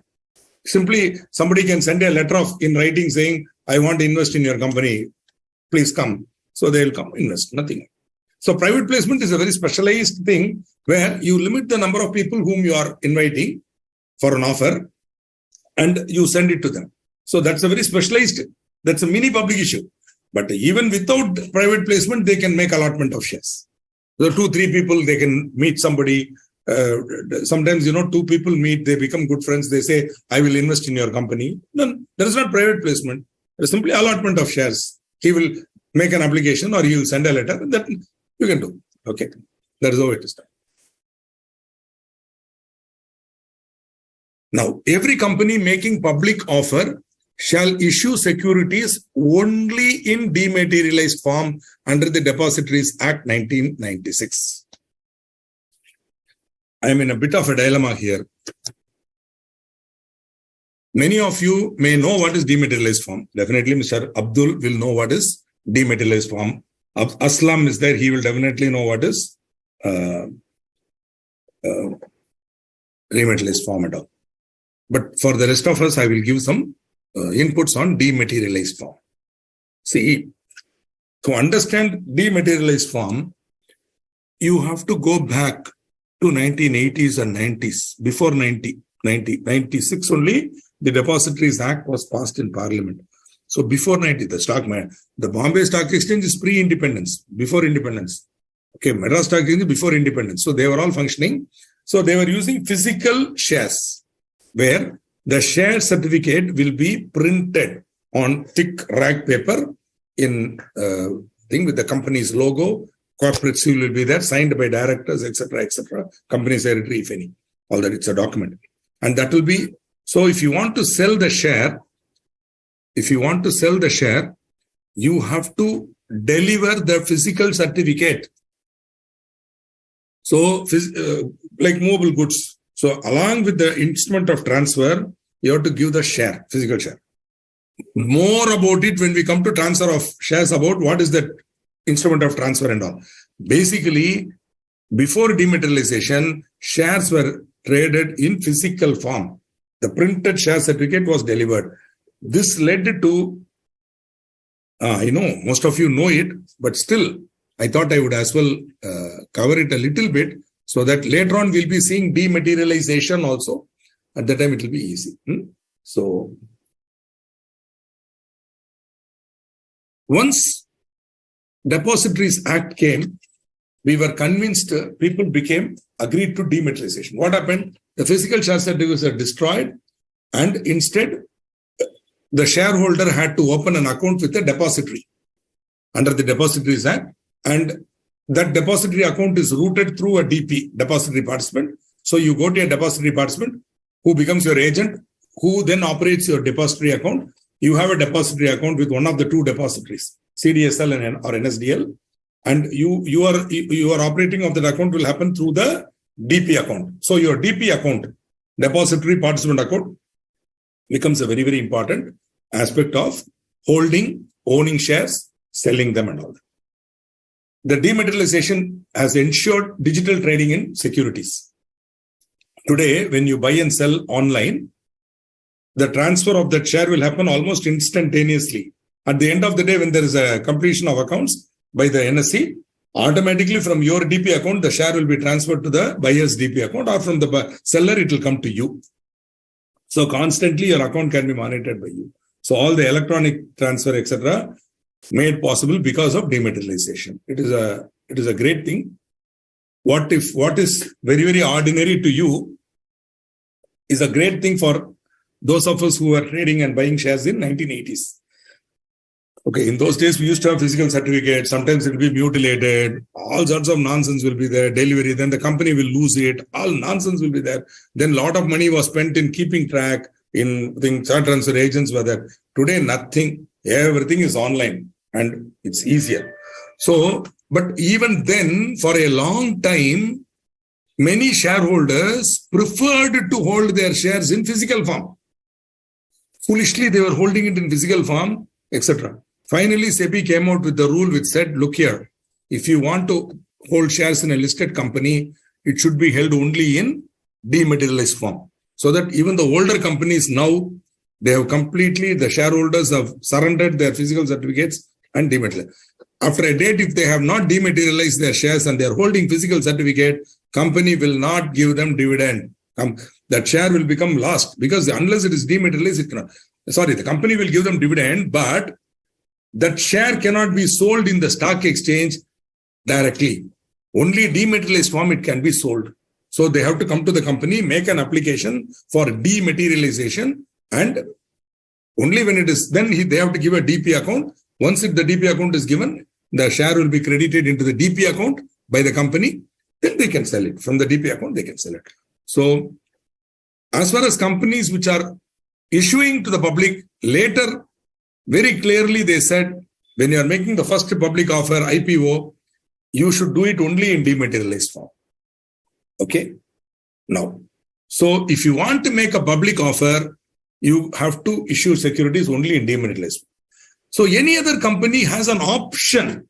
They may issue the securities in dematerialized form or physical form. So other than listed companies or companies in the process of getting listed, they have an option. If you are not going to get your share listed, you can still issue physical share certificates and keep it. Though many large unlisted public companies who have got funding from, say, funders or PE funders, they hold it in dematerialized form. Sometimes the PE funders, the private equity funders, when they come, they insist on dematerialization. They say, we will hold these shares in dematerialized form rather than physical form. Then the company will dematerialize the shares. Thereafter, all the shares will be held in dematerialized form. Even though the company may not have it share listed or it may not make a public offer. Yeah. So this is how it is. So since most of you are very familiar with dematerialization, I'm very happy that I don't have to waste too much time when I come to dematerialization to talk about this. Number of no shares can be traded, transferred or transmitted except in dematerial form. Absolutely correct. After the shares are issued and allotted and the company goes for listing, then only it is decided that the company has done IPO. No. You make the public offer through the prospectus. Then rather you make the public invitation for offer through the prospectus. Then the applications will be received. Then only the shares will be allotted. When the shares are allotted and listed, only then the IPO is, the company has gone for an IPO. Okay. Till then, it is not, the entire thing is part of it. See, you make a public offer, then you get your shares listed. Okay. You make a public offer, then they make, you make an invitation through a prospectus. The public send you the application. Based on the applications, you make an allotment of shares. All that happens simultaneously. Once you make the allotment, their DP account will be credited. Then almost simultaneously, the listing permission will be given. From that day, 24 hours or 48 hours, the shares will start getting listed. So that any person who applied got the credit in the DP account, almost from the next day, he can start selling it in the electronic market. Because it will be dematerialized and allotted to him and credited in his DP account. Okay, then this is the process of IPO. I hope, Suprataji, I have clarified to you. Your understanding is clear. So it is not as if the shares are issued and allotted and then you go. Yeah, it is issued, then allotted, and then almost immediately it has to go listing. Why I am making this point? No, later on you will find that allotment cannot be made unless the listing permission is given. That is why I am being very careful about answering your question. that there is a link between listing and allotment. If listing permission is not given by a stock exchange, then company cannot allot the share. The money has to be refunded back to the company. So listing and allotment for public issue are going to be close, very, very connected. You can't allot and list. You list, get listing permission, then allot, then list. Then automatically the shares will get listed. You got it? It will all happen within a 48-hour period. The listing permission will come. Then the company board will meet. Allotment of shares will happen. Then immediately we'll inform the share transfer agents. The share transfer or the registrar to the issue. They will immediately take the computer and they will immediately credit all the DP accounts in one shot. Then suddenly you'll get an email from them saying, you have been allotted, thank you. And then immediately you will go to your DP account, it is there. That's all. You go online, sell the share and go, or whatever you want to do. Okay. If share certificate got stolen in those time, it was very litigated matter for companies. Absolutely correct, sir. Stolen, destroyed. Sometimes it will become damp. Lot of problems. The dematerialization is a great blessing and a boon for us. But you will be very surprised. Today, sitting in 2023 AD, you don't know many things, Baba. 1998 and all, many old fellows will be fighting dematerialization. No need for dematerialization. I will continue to hold in physical form like that and all. They will say, not understanding the benefit. See, two great things happened to the Indian stock markets. Two great things. One was dematerialization. Second was National Stock Exchange. I'm not joking. The other stock exchanges were there, Madras Stock Exchange, Bombay Stock Exchange, all useless fellows. It was the NSE which came and changed the whole rule book. And they made a whole different thing. And NSE, only after NSE came, dematerialization was pushed. Initially, it was voluntary. And NSE, National Stock Exchange, pushed it and sort of convinced companies to go for dematerialization, convinced investors to go for dematerialization and all. And NSE was one of the best things that happened. I'll tell you why. Because I have been an investor right from 1987. Yeah, almost 85. I've been investing. Right from my college days, I've been investing in the share market. And early days of investment, Harshad Mehta scam and all, my God, that was all because of floor trading. Online trading was not there for a long time. With NSE, we got online trading. Today, transparency. The minute you see, you can find out what is the price of a share. Maximum, within the range, you will know what is the price movement. So earlier, it was not possible. Only the brokers knew. The brokers were controlling the market. Today, the brokers are nobody in the market. They, like you mentioned, Zerodha, Grow, Upstocks, they are all volume hunters. Earlier, the broker was a big shot. Today, the broker is a beggar. He is like any other service provider. You simply have to, he will beg you to come and do trade like that. Earlier, brokers were all big shots. They used to act as if they are big shots and move around. Today, go to hell, because if you are not there, another fellow is there. I will simply, online, I will transfer my account like that. So these things happened only because of dematerialization and NSE, National Stock Exchange. Two good things. See, Harshad Mehta scam, we'll talk about it. Maybe when I come to some other topic, I will. Harshad Mehta scam. Because if we talk about Harshad Mehta scam, his cousin is there from Gujarat. Both these gentlemen, nothing against Gujarat, I love the state. But it so happens that all good things come from Gujarat. Like Mahatma Gandhi, Sardar Vallabhbhai Patel, of course, our great enlightened Prime Minister. All bad things also come from Gujarat only. Like Harshad Mehta, Ketan Parekh. Okay, I don't know. Nirav Modi. Okay, I don't know how the same state is producing both the greatest people and also the frauds. Okay, surprisingly. No? Yeah, brokers are like LIC agents and all. More about Harshad Mehta scam on a different occasion. Maybe when I come to dematerialization, I'll tell you. Right now, let us move on. But interesting. If you are going to be a finance professional, you should know the history of the scams. Unfortunately, there is no single book in India which gives a good account of the scams. Recently, our Padma Shri T.N. Manoharan, our past president of the Institute of Chartered Accountants of India, has has authored a book called about the Satyam scam. Okay, a very beautiful book. Suddenly the name is skipping. I'm not able to remember. Very attractive name. Enmo Phoenix.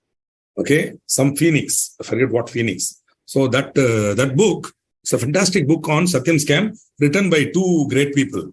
Padma Shri T.N. Manoharan, who was instrumental in reviving that company, Satyam. After the scam, the Satyam company was reviving it and converting it and selling it to Tech Mahindra. Was instrumental in that revival process. Tech Phoenix, that is the Tech Phoenix. Phoenix is a bird which burns and then reborn. It is reborn from its ashes. So Satyam is a Tech Phoenix, which that rebirth was facilitated by our Padma Shri T.N. Manoharan, our past president.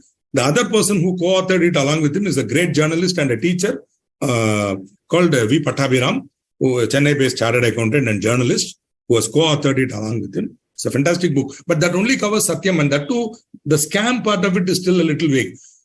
But I think there's a huge need for somebody to write a book on all the scams in India and how they happened, so that itself will become an education for people. I wish somebody would undertake the writing of that thing.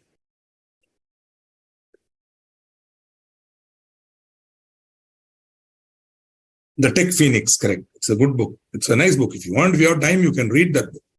Written by two great chartered accountants, one of whom is the past president of the Institute of Chartered Accountants of India. Mr. Abdul, I have nothing against Gujarat. Yeah, I visit Gujarat regularly. In fact, I may be coming to Gujarat in February to Sanand to audit a client. So I don't know. I have nothing. So next time in Gujarat, don't do anything to me. Yeah. I have nothing against Gujarat. Okay, Gujarat is a great state, no doubt. It has produced our enlightened Prime Minister. All other pop is wiped out by that one punya, which is done by producing our enlightened Prime Minister. Everything else is wiped off. So don't worry about that. But it so happens that these fellows also are from Gujarat only. What to do? You are also from Gujarat. Okay, I don't know. I'm sure you can also make out something like that about Tamil Nadu also. It's not fair to tell, but I cannot help but commenting like this. Okay, surprisingly. But some great statesmen and leaders have come from that, right? Mahatma Gandhi, Sardar Vallabhbhai Patel. So some of them have come from that. I don't know. I'm sure if you are from Gujarat, you must have visited the Sardar Sarovar and the statue of Unity.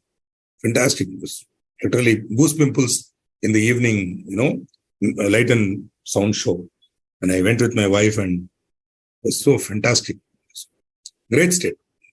Except that I wish some people will tell the lions in Gir Forest to come and be seen occasionally when people are coming to see them. Suppose somebody comes to my house to visit me, I will go and meet them. No. These lions, they are eating the buffaloes provided by the government of India. At least they can come and show their faces occasionally and go, no? I feel this is my only complaint about Gujarat, Gir Forest.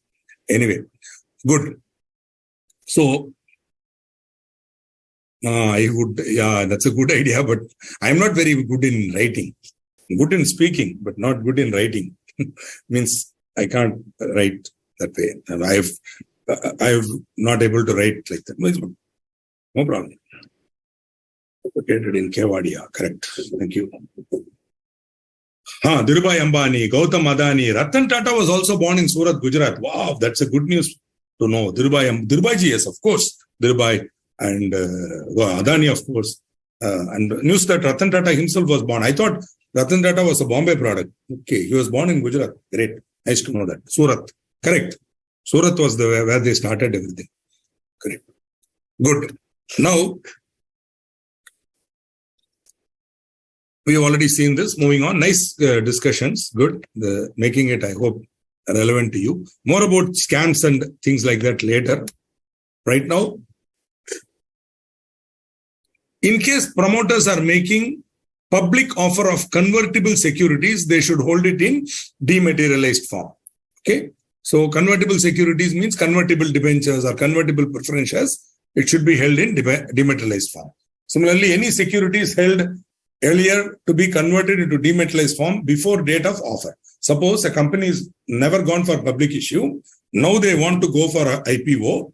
Then any securities should held earlier to be converted into dematerialized form before the date of offer. So all the physical shares should be converted into dematerialized form, right? Beautiful. We move on to some examples of prospectus. When we saw the definition of prospectus, we found that prospectus includes red herring prospectus and shelf prospectus. These two words we found in the definition of prospectus. Then we are going to see something called abridged prospectus and also deemed prospectus. Okay, deemed prospectus. Right. Shelf prospectus is the first one. Shelf prospectus. See, first you understand the scenario in which shelf prospectus is issued. Scenario, background means we want to continuously we want to issue certain securities. Not one time. We will be continuously issuing certain securities. Now, every time I am issuing the security, I don't want to make a prospectus. So, I want to issue one prospectus, and using that single prospectus, I want to make successive offers or successive invitations. Or that is the invitation, I can keep taking more and more under that scheme. So, a prospectus in respect of which the securities or class of securities included therein are issued for subscription in one or more issues over a certain period without the issue of a further prospectus. So, let me give you an even more practical understanding. You will understand. Forget shares for a moment. Think of debentures, right? I am planning to set up a new plant. Okay. I'm planning to set up a new plant in Jamnagar. Project cost 400 crores. 100 crores from my reserves I'm putting it for the new plant. 100 crores I'm putting it from my existing reserves and surplus. I'm generating it from my profits and I'm going to put 100 crores. Another 100 crores I'm going to borrow from the bank, which is more than happy to give it to me. Term loan, I've got it. For certain specified assets like for boiler, for certain machinery, I'm getting term loan, bank is giving. But the remaining project cost, I want to fund it through debentures. So debentures which will be having a mortgage on the property. The term loan from the bank also, they will have security of the land and factory building and all, factory assets. The debentures also will be secured on the factory building assets and all that. Okay. Now, how much I need? 200 crore. My project is going to get 2.5 years to complete. 2.5 years. Now, if I take the entire 200 crore now itself, what will happen? I'll have to start paying interest from today. Are you able to understand the scenario? So what I have told the bank, boss, you disburse the loan based on my need. You give me 100 crore drawing power, 100 crore drawal. I will draw down whenever I want. Like that. Now, similar facility I need for debentures means will the debenture holder give? No. So he will say you take my money fully or else not. So what we are now going to do now? We are going to issue 200 crore worth of debentures, but we want to be issuing it in one shot. I'll be issuing 50, 4 tranches. 50. So initially I'll issue 50, take the money, put it. Then another 6 months, I don't need money. Keep quiet. 6 months later, again, I need another 50 crores. I'll go to him again. Now, what we are trying to do is we are going to now make one prospectus and give it. And that prospectus will be valid for 2 years. And using that prospectus, I will be making an offer for 200 crore worth of debentures. But not in one shot, but in 4 shots. Are you able to understand? This is why shelf prospectus. This is the commercial necessity of a shelf prospectus. So once I issue this one single shelf prospectus, I would not be issuing fresh prospectus every time I want to draw another 50. Clear? Now, this is very convenient when a company regularly makes issue of securities, say debentures. I gave the example now of 200 crores over 2 years. 50, 4 50s. If it issues a shelf prospectus, it need not issue fresh prospectus for every time a new series is issued.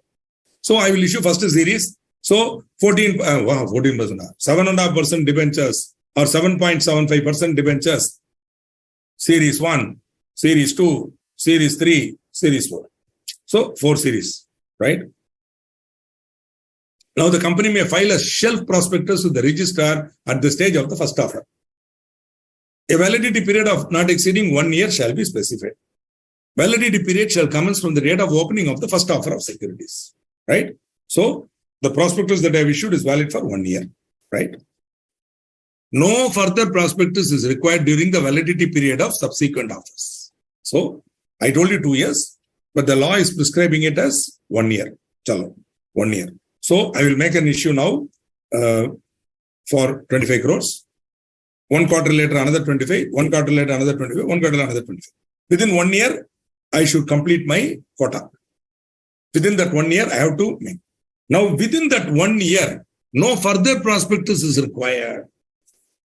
The shelf prospectus stays on the shelf and is always available for the public to view. So, when I'm going for the remaining rest of the tranches, I will not issue a fresh prospectus.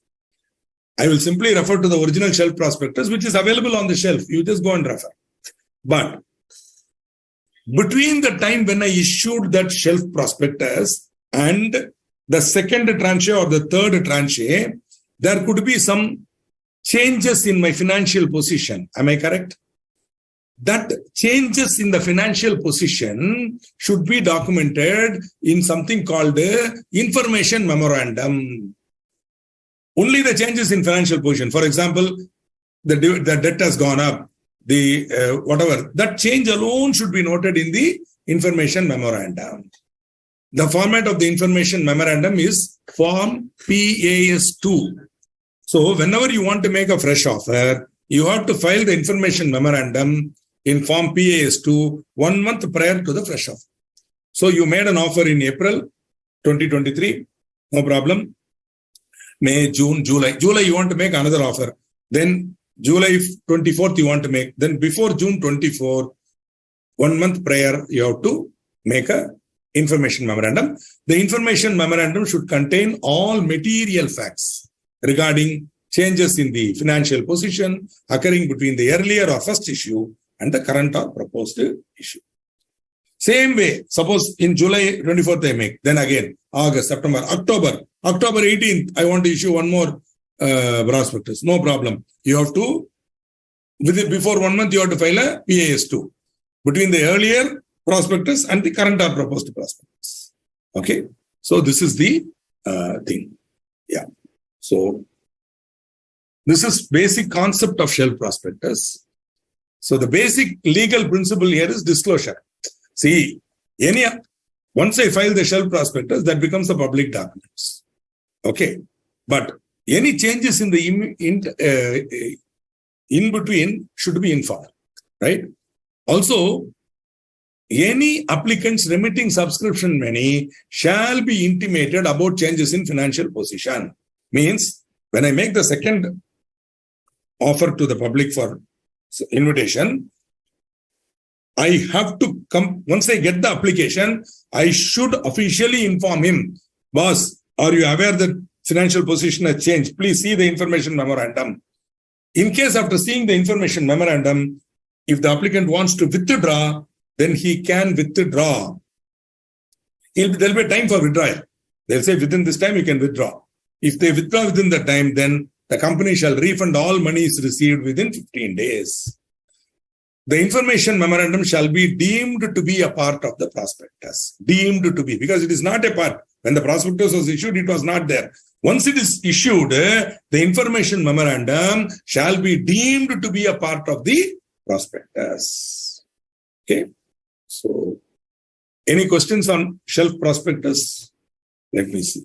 So, this is an interesting legal concept which you might want to understand. It's a regularly used feature. Rarely we use it for shares. Most of the time we use it only for debentures. In the example I gave you, I told 2 years, but legally you have only 1 year. The validity period not exceeding 1 year. Okay. Yeah, you don't confuse this validity period with that 90 days validity period. 90 days is for a normal prospectus. When a prospectus is delivered for registration, that prospectus should be issued to the public within 90 days. Otherwise, the validity of that prospectus will expire. That is different from shelf prospectus. So, please do not tell other than shelf prospectus validity 90 days. Don't put it that way. Shelf prospectus validity is 1 year. Prospectus issued to be issued to the public and delivered for registration, validity is 90 days. Understand like that. Alag, alag, alag, alag. Don't try to combine and understand. You will get confused. Normal prospectus, which is not a shelf prospectus, going to be issued to the public, IPO, should be issued to the public within 90 days from the date of delivery to the registrar for registration. Alag, topic over. Don't forget that. This is alag. Shelf prospectus, if once filed, is valid for 1 year. Within that 1 year period, you can issue n number of information memoranda and collect money. For the subsequent money collection, you don't have to issue prospectus. The shelf prospectus is valid. That is all. Don't try to compare and contrast between topics that have no connection. You will only get confused. You understand? Understand them separately, it is easier. You get my point? Thank you for the clarity, Mr. Aslam. Welcome. In shelf prospectus, first issue should be 90 days or after 90 days is okay. Sir, please understand that 90 days period is between the date of submission of the prospectus and its issue to the public. Are you able to understand? So you file that prospectus with the registrar, even shelf prospectus. A good question. You have to issue it to the public now. That time cannot be more than 90 days. You understand? That is different from this 1 year validity period. Okay. So first issue should be within 90 days. Okay. To answer your very correct question, Abdul, it cannot be more than 90 days. You submit the shelf prospectus for registration to the registrar. You have to issue to the public within 90 days. Right? From the date of that shelf prospectus, 1 year validity is there for that shelf prospectus. Got it? So, to answer Suprada's question, 90 days is for all prospecti, whether it is shelf, normal, whatever. Shelf prospectus alone has 1 year validity. During that validity period, you need not issue further prospectus, fresh prospectus. You can just file memorandum, information memorandum, and take money. There is a benefit. Yeah. Existing shares should also be demat before. That's what they are saying here very clearly. Any securities held earlier in physical form should be converted to dematerialized form before date of offer. Oh, okay. Nice to know that. You are unable to log into the class. I was watching in YouTube. Excellent. Oh, when you are watching in YouTube, you cannot raise a query, is it? I didn't know that. I'm not aware of the technology that is going on in this. Yeah. See, one thing is I'm treating technology as a black box. As far as I'm concerned, I'm a teacher, your students. Okay. I'm here to teach. And that's all. How it happens is technology. And of course, today we did not tell the prayer. In spite of that, the God of internet has been supporting us. So before we conclude, let us tell the thing. Yeah.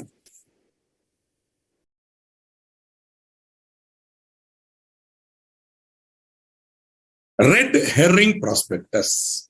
It's a very peculiar thing. To understand, many of these topics, if you want to understand, you should understand the background. Only then the law will become clear to you. If you read the legal provision in the institute material or in a textbook, you will not understand head or tail. What is this red herring prospectus? A prospectus which does not include complete particulars of the quantum or price of the securities included therein. Red herring prospectus, a prospectus which does not include complete particulars of the quantum or price of the securities included therein. You keep on memorizing it, you will remember the definition, but you will not understand what it is. To understand what it is, you should understand SEBI itself. SEBI came into existence in 1992. Till SEBI came, pricing of issues was not freely allowed. There was a gentleman called the Controller of Capital Issues, a bureaucrat, who decided the price at which the issue will be made. The government of India it's a stupid controlled economy we were living in, pre-liberalized world. When this gentleman called Controller of Capital Issue will decide what price they have to issue. And there will be a big fight to get with all sorts of things will happen to do all that nonsense. Then, of course, with liberalization, we have to follow the international model. The international model is pricing is done by the merchant banker, the company in consultation with the merchant banker.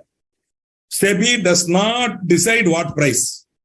Maximum what SEBI can do is they can say, they can verify whether the valuation is correct. Even there, valuation is a moving target. They can't. Maximum, they can see whether any major risk is there. If so, they can ask them to put a disclaimer in that risk factor. One of the risk factor they will tell is when the pricing is too high, they will say price is determined based on certain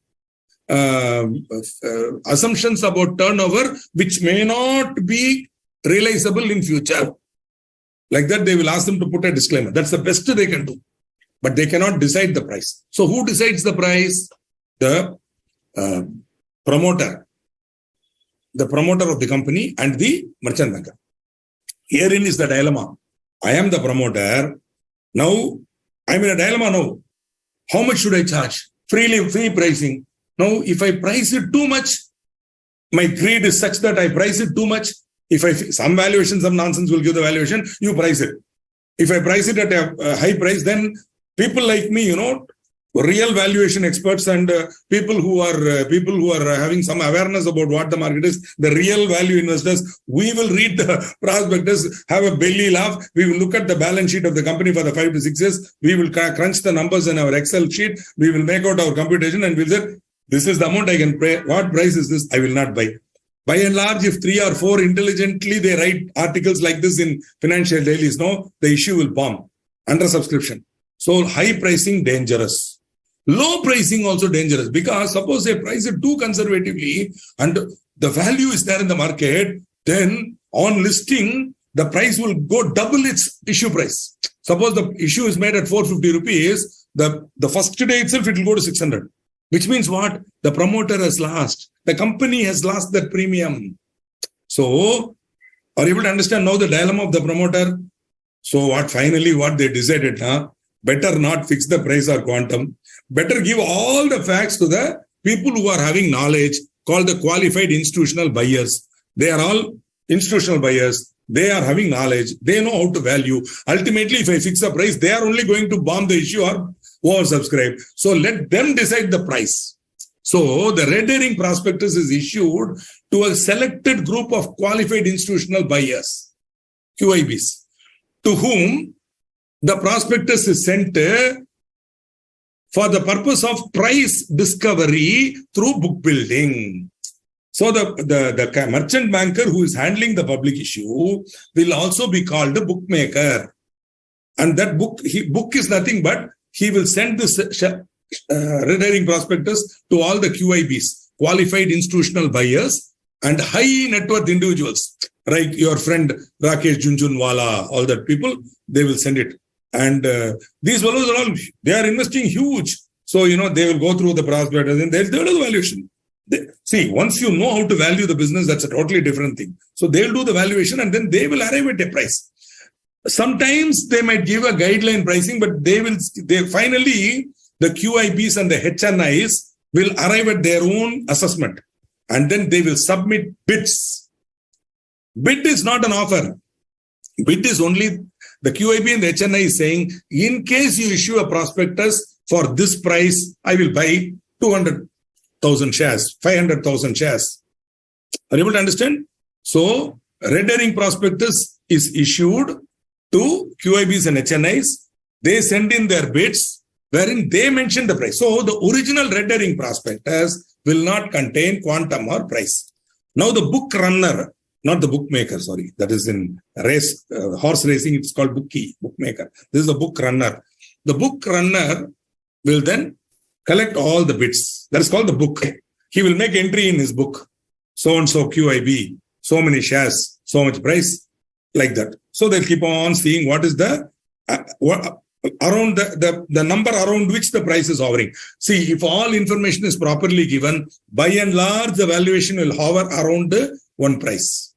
Okay, in fact, I conduct a course on business valuation for many B schools. One thing I do is, instead of teaching theory, I actually ask them to do valuation. So every class, I teach them one aspect of fundamental analysis. Then I make them do it. Then I ask them to identify the company. Then I ask them to follow my lesson and do the valuation.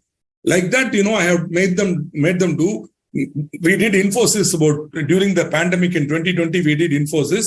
By and large, 3 groups did Infosys, and all the 3 groups, when they applied the rules that I had taught them independently, whatever risk factor they put, blah, blah, blah, they were able, their numbers were hovering around 1,300, 1,270. Whereas at that time, Infosys was quoting at 900. All of them were clear that it is more than 1,000. Most of them were hovering around 1,200 to 1,300, 1,400 range. Okay. So this is, so it's not as if all the information is correctly crunched and the rules of valuation are correctly applied, then, and the story is correctly told, then 100% they will stick around. So now we will get a lot of guidance about which could be the ideal price at which this share can be issued. Okay. So once this is done, now we know which price will be valid price. Now we have to freeze that price. So the RHP should be issued before the issue of prospectus. The red herring prospectus should be filed with the registrar at least 3 days prior to the opening of the subscription list. Now, all the HNIs and QIBs, they will submit what is, see, in those days, the idea was we will get bids, then based on the bids, we'll issue a normal prospectus and all. Today, what they do, SEBI says, go ahead and prepare a red herring prospectus, call it as a bid cum application form. What do you call it? Call it as a bid cum application form. So that 3 days prior to the opening of subscription list, you file the RHP. The RHP should be in the same format as the prospectus. Okay. Then you get the bid cum application form. Then you finalize the price. Okay. Then you finalize the price. And once you finalize the price, you make the allotment. But before making the allotment, if in the time between issue of red herring prospectus and allotment, any, shall we say, changes have happened in the financial position, that has to be informed to the applicants and they can be allowed to withdraw. Any variation should be highlighted in the prospectus. Okay. So this is the purpose of a red herring prospectus. Now,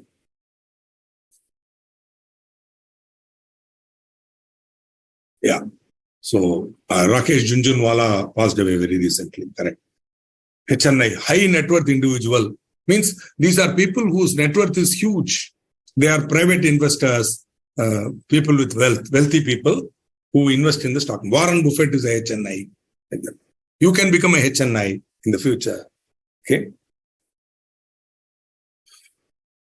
I will do my best to guide you. I will give some suggestions and ideas on how to write answers in examination. Definitely I'll do that. Yeah, it's like an auction. That's why it's called a bid. So I will give you. Is it necessary for the person bidding to buy? No. See, bid does not compel you to buy. Once you give the bid cum application form and I finalize the price and I inform you through the final prospectus, if you are not happy, you can withdraw. No compulsion on the bid. But the original red herring prospectus, now which will that bid cum application form, therein it will be mentioned. Once the price is announced, if you want to withdraw, you can do so within 48 hours. So within that 48 hours, you have to withdraw it. Like that, clearly terms will be there. You can withdraw. You may not be happy. It is not compulsion. Qualified institutional buyer. Qualified institutional buyer.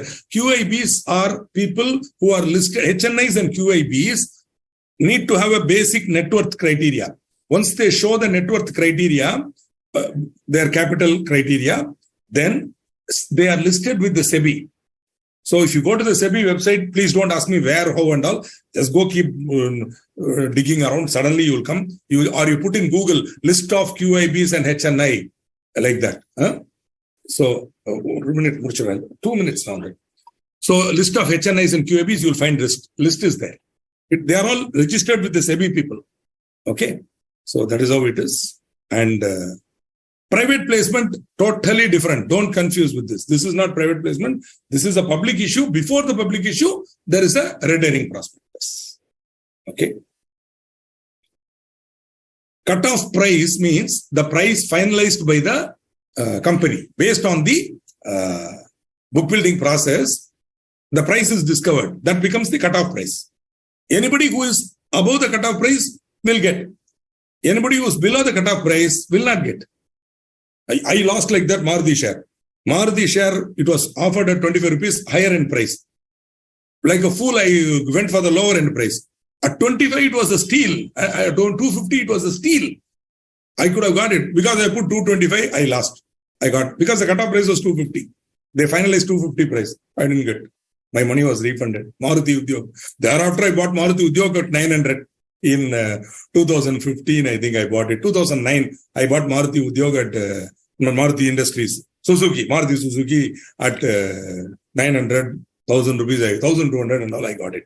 So at that time, it went down. I decided the second time I will not miss it. Because I did a valuation of Maruti Suzuki. And I found that minimum valuation I got was 5,000 rupees. When this fellow is quoting at 1,900. Now, when I did a recent revaluation of my portfolio, fellow is definitely going to touch 10,000. 100% he will touch 10,000. Matter of time. 10,000 sure. More than that, but 10,000 sure.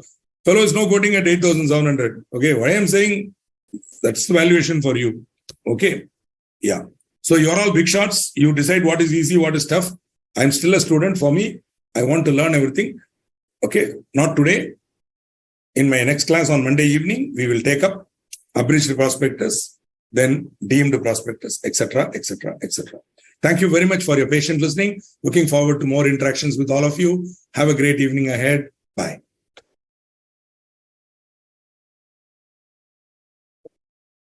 Sir, class over. Ashok ji, class over.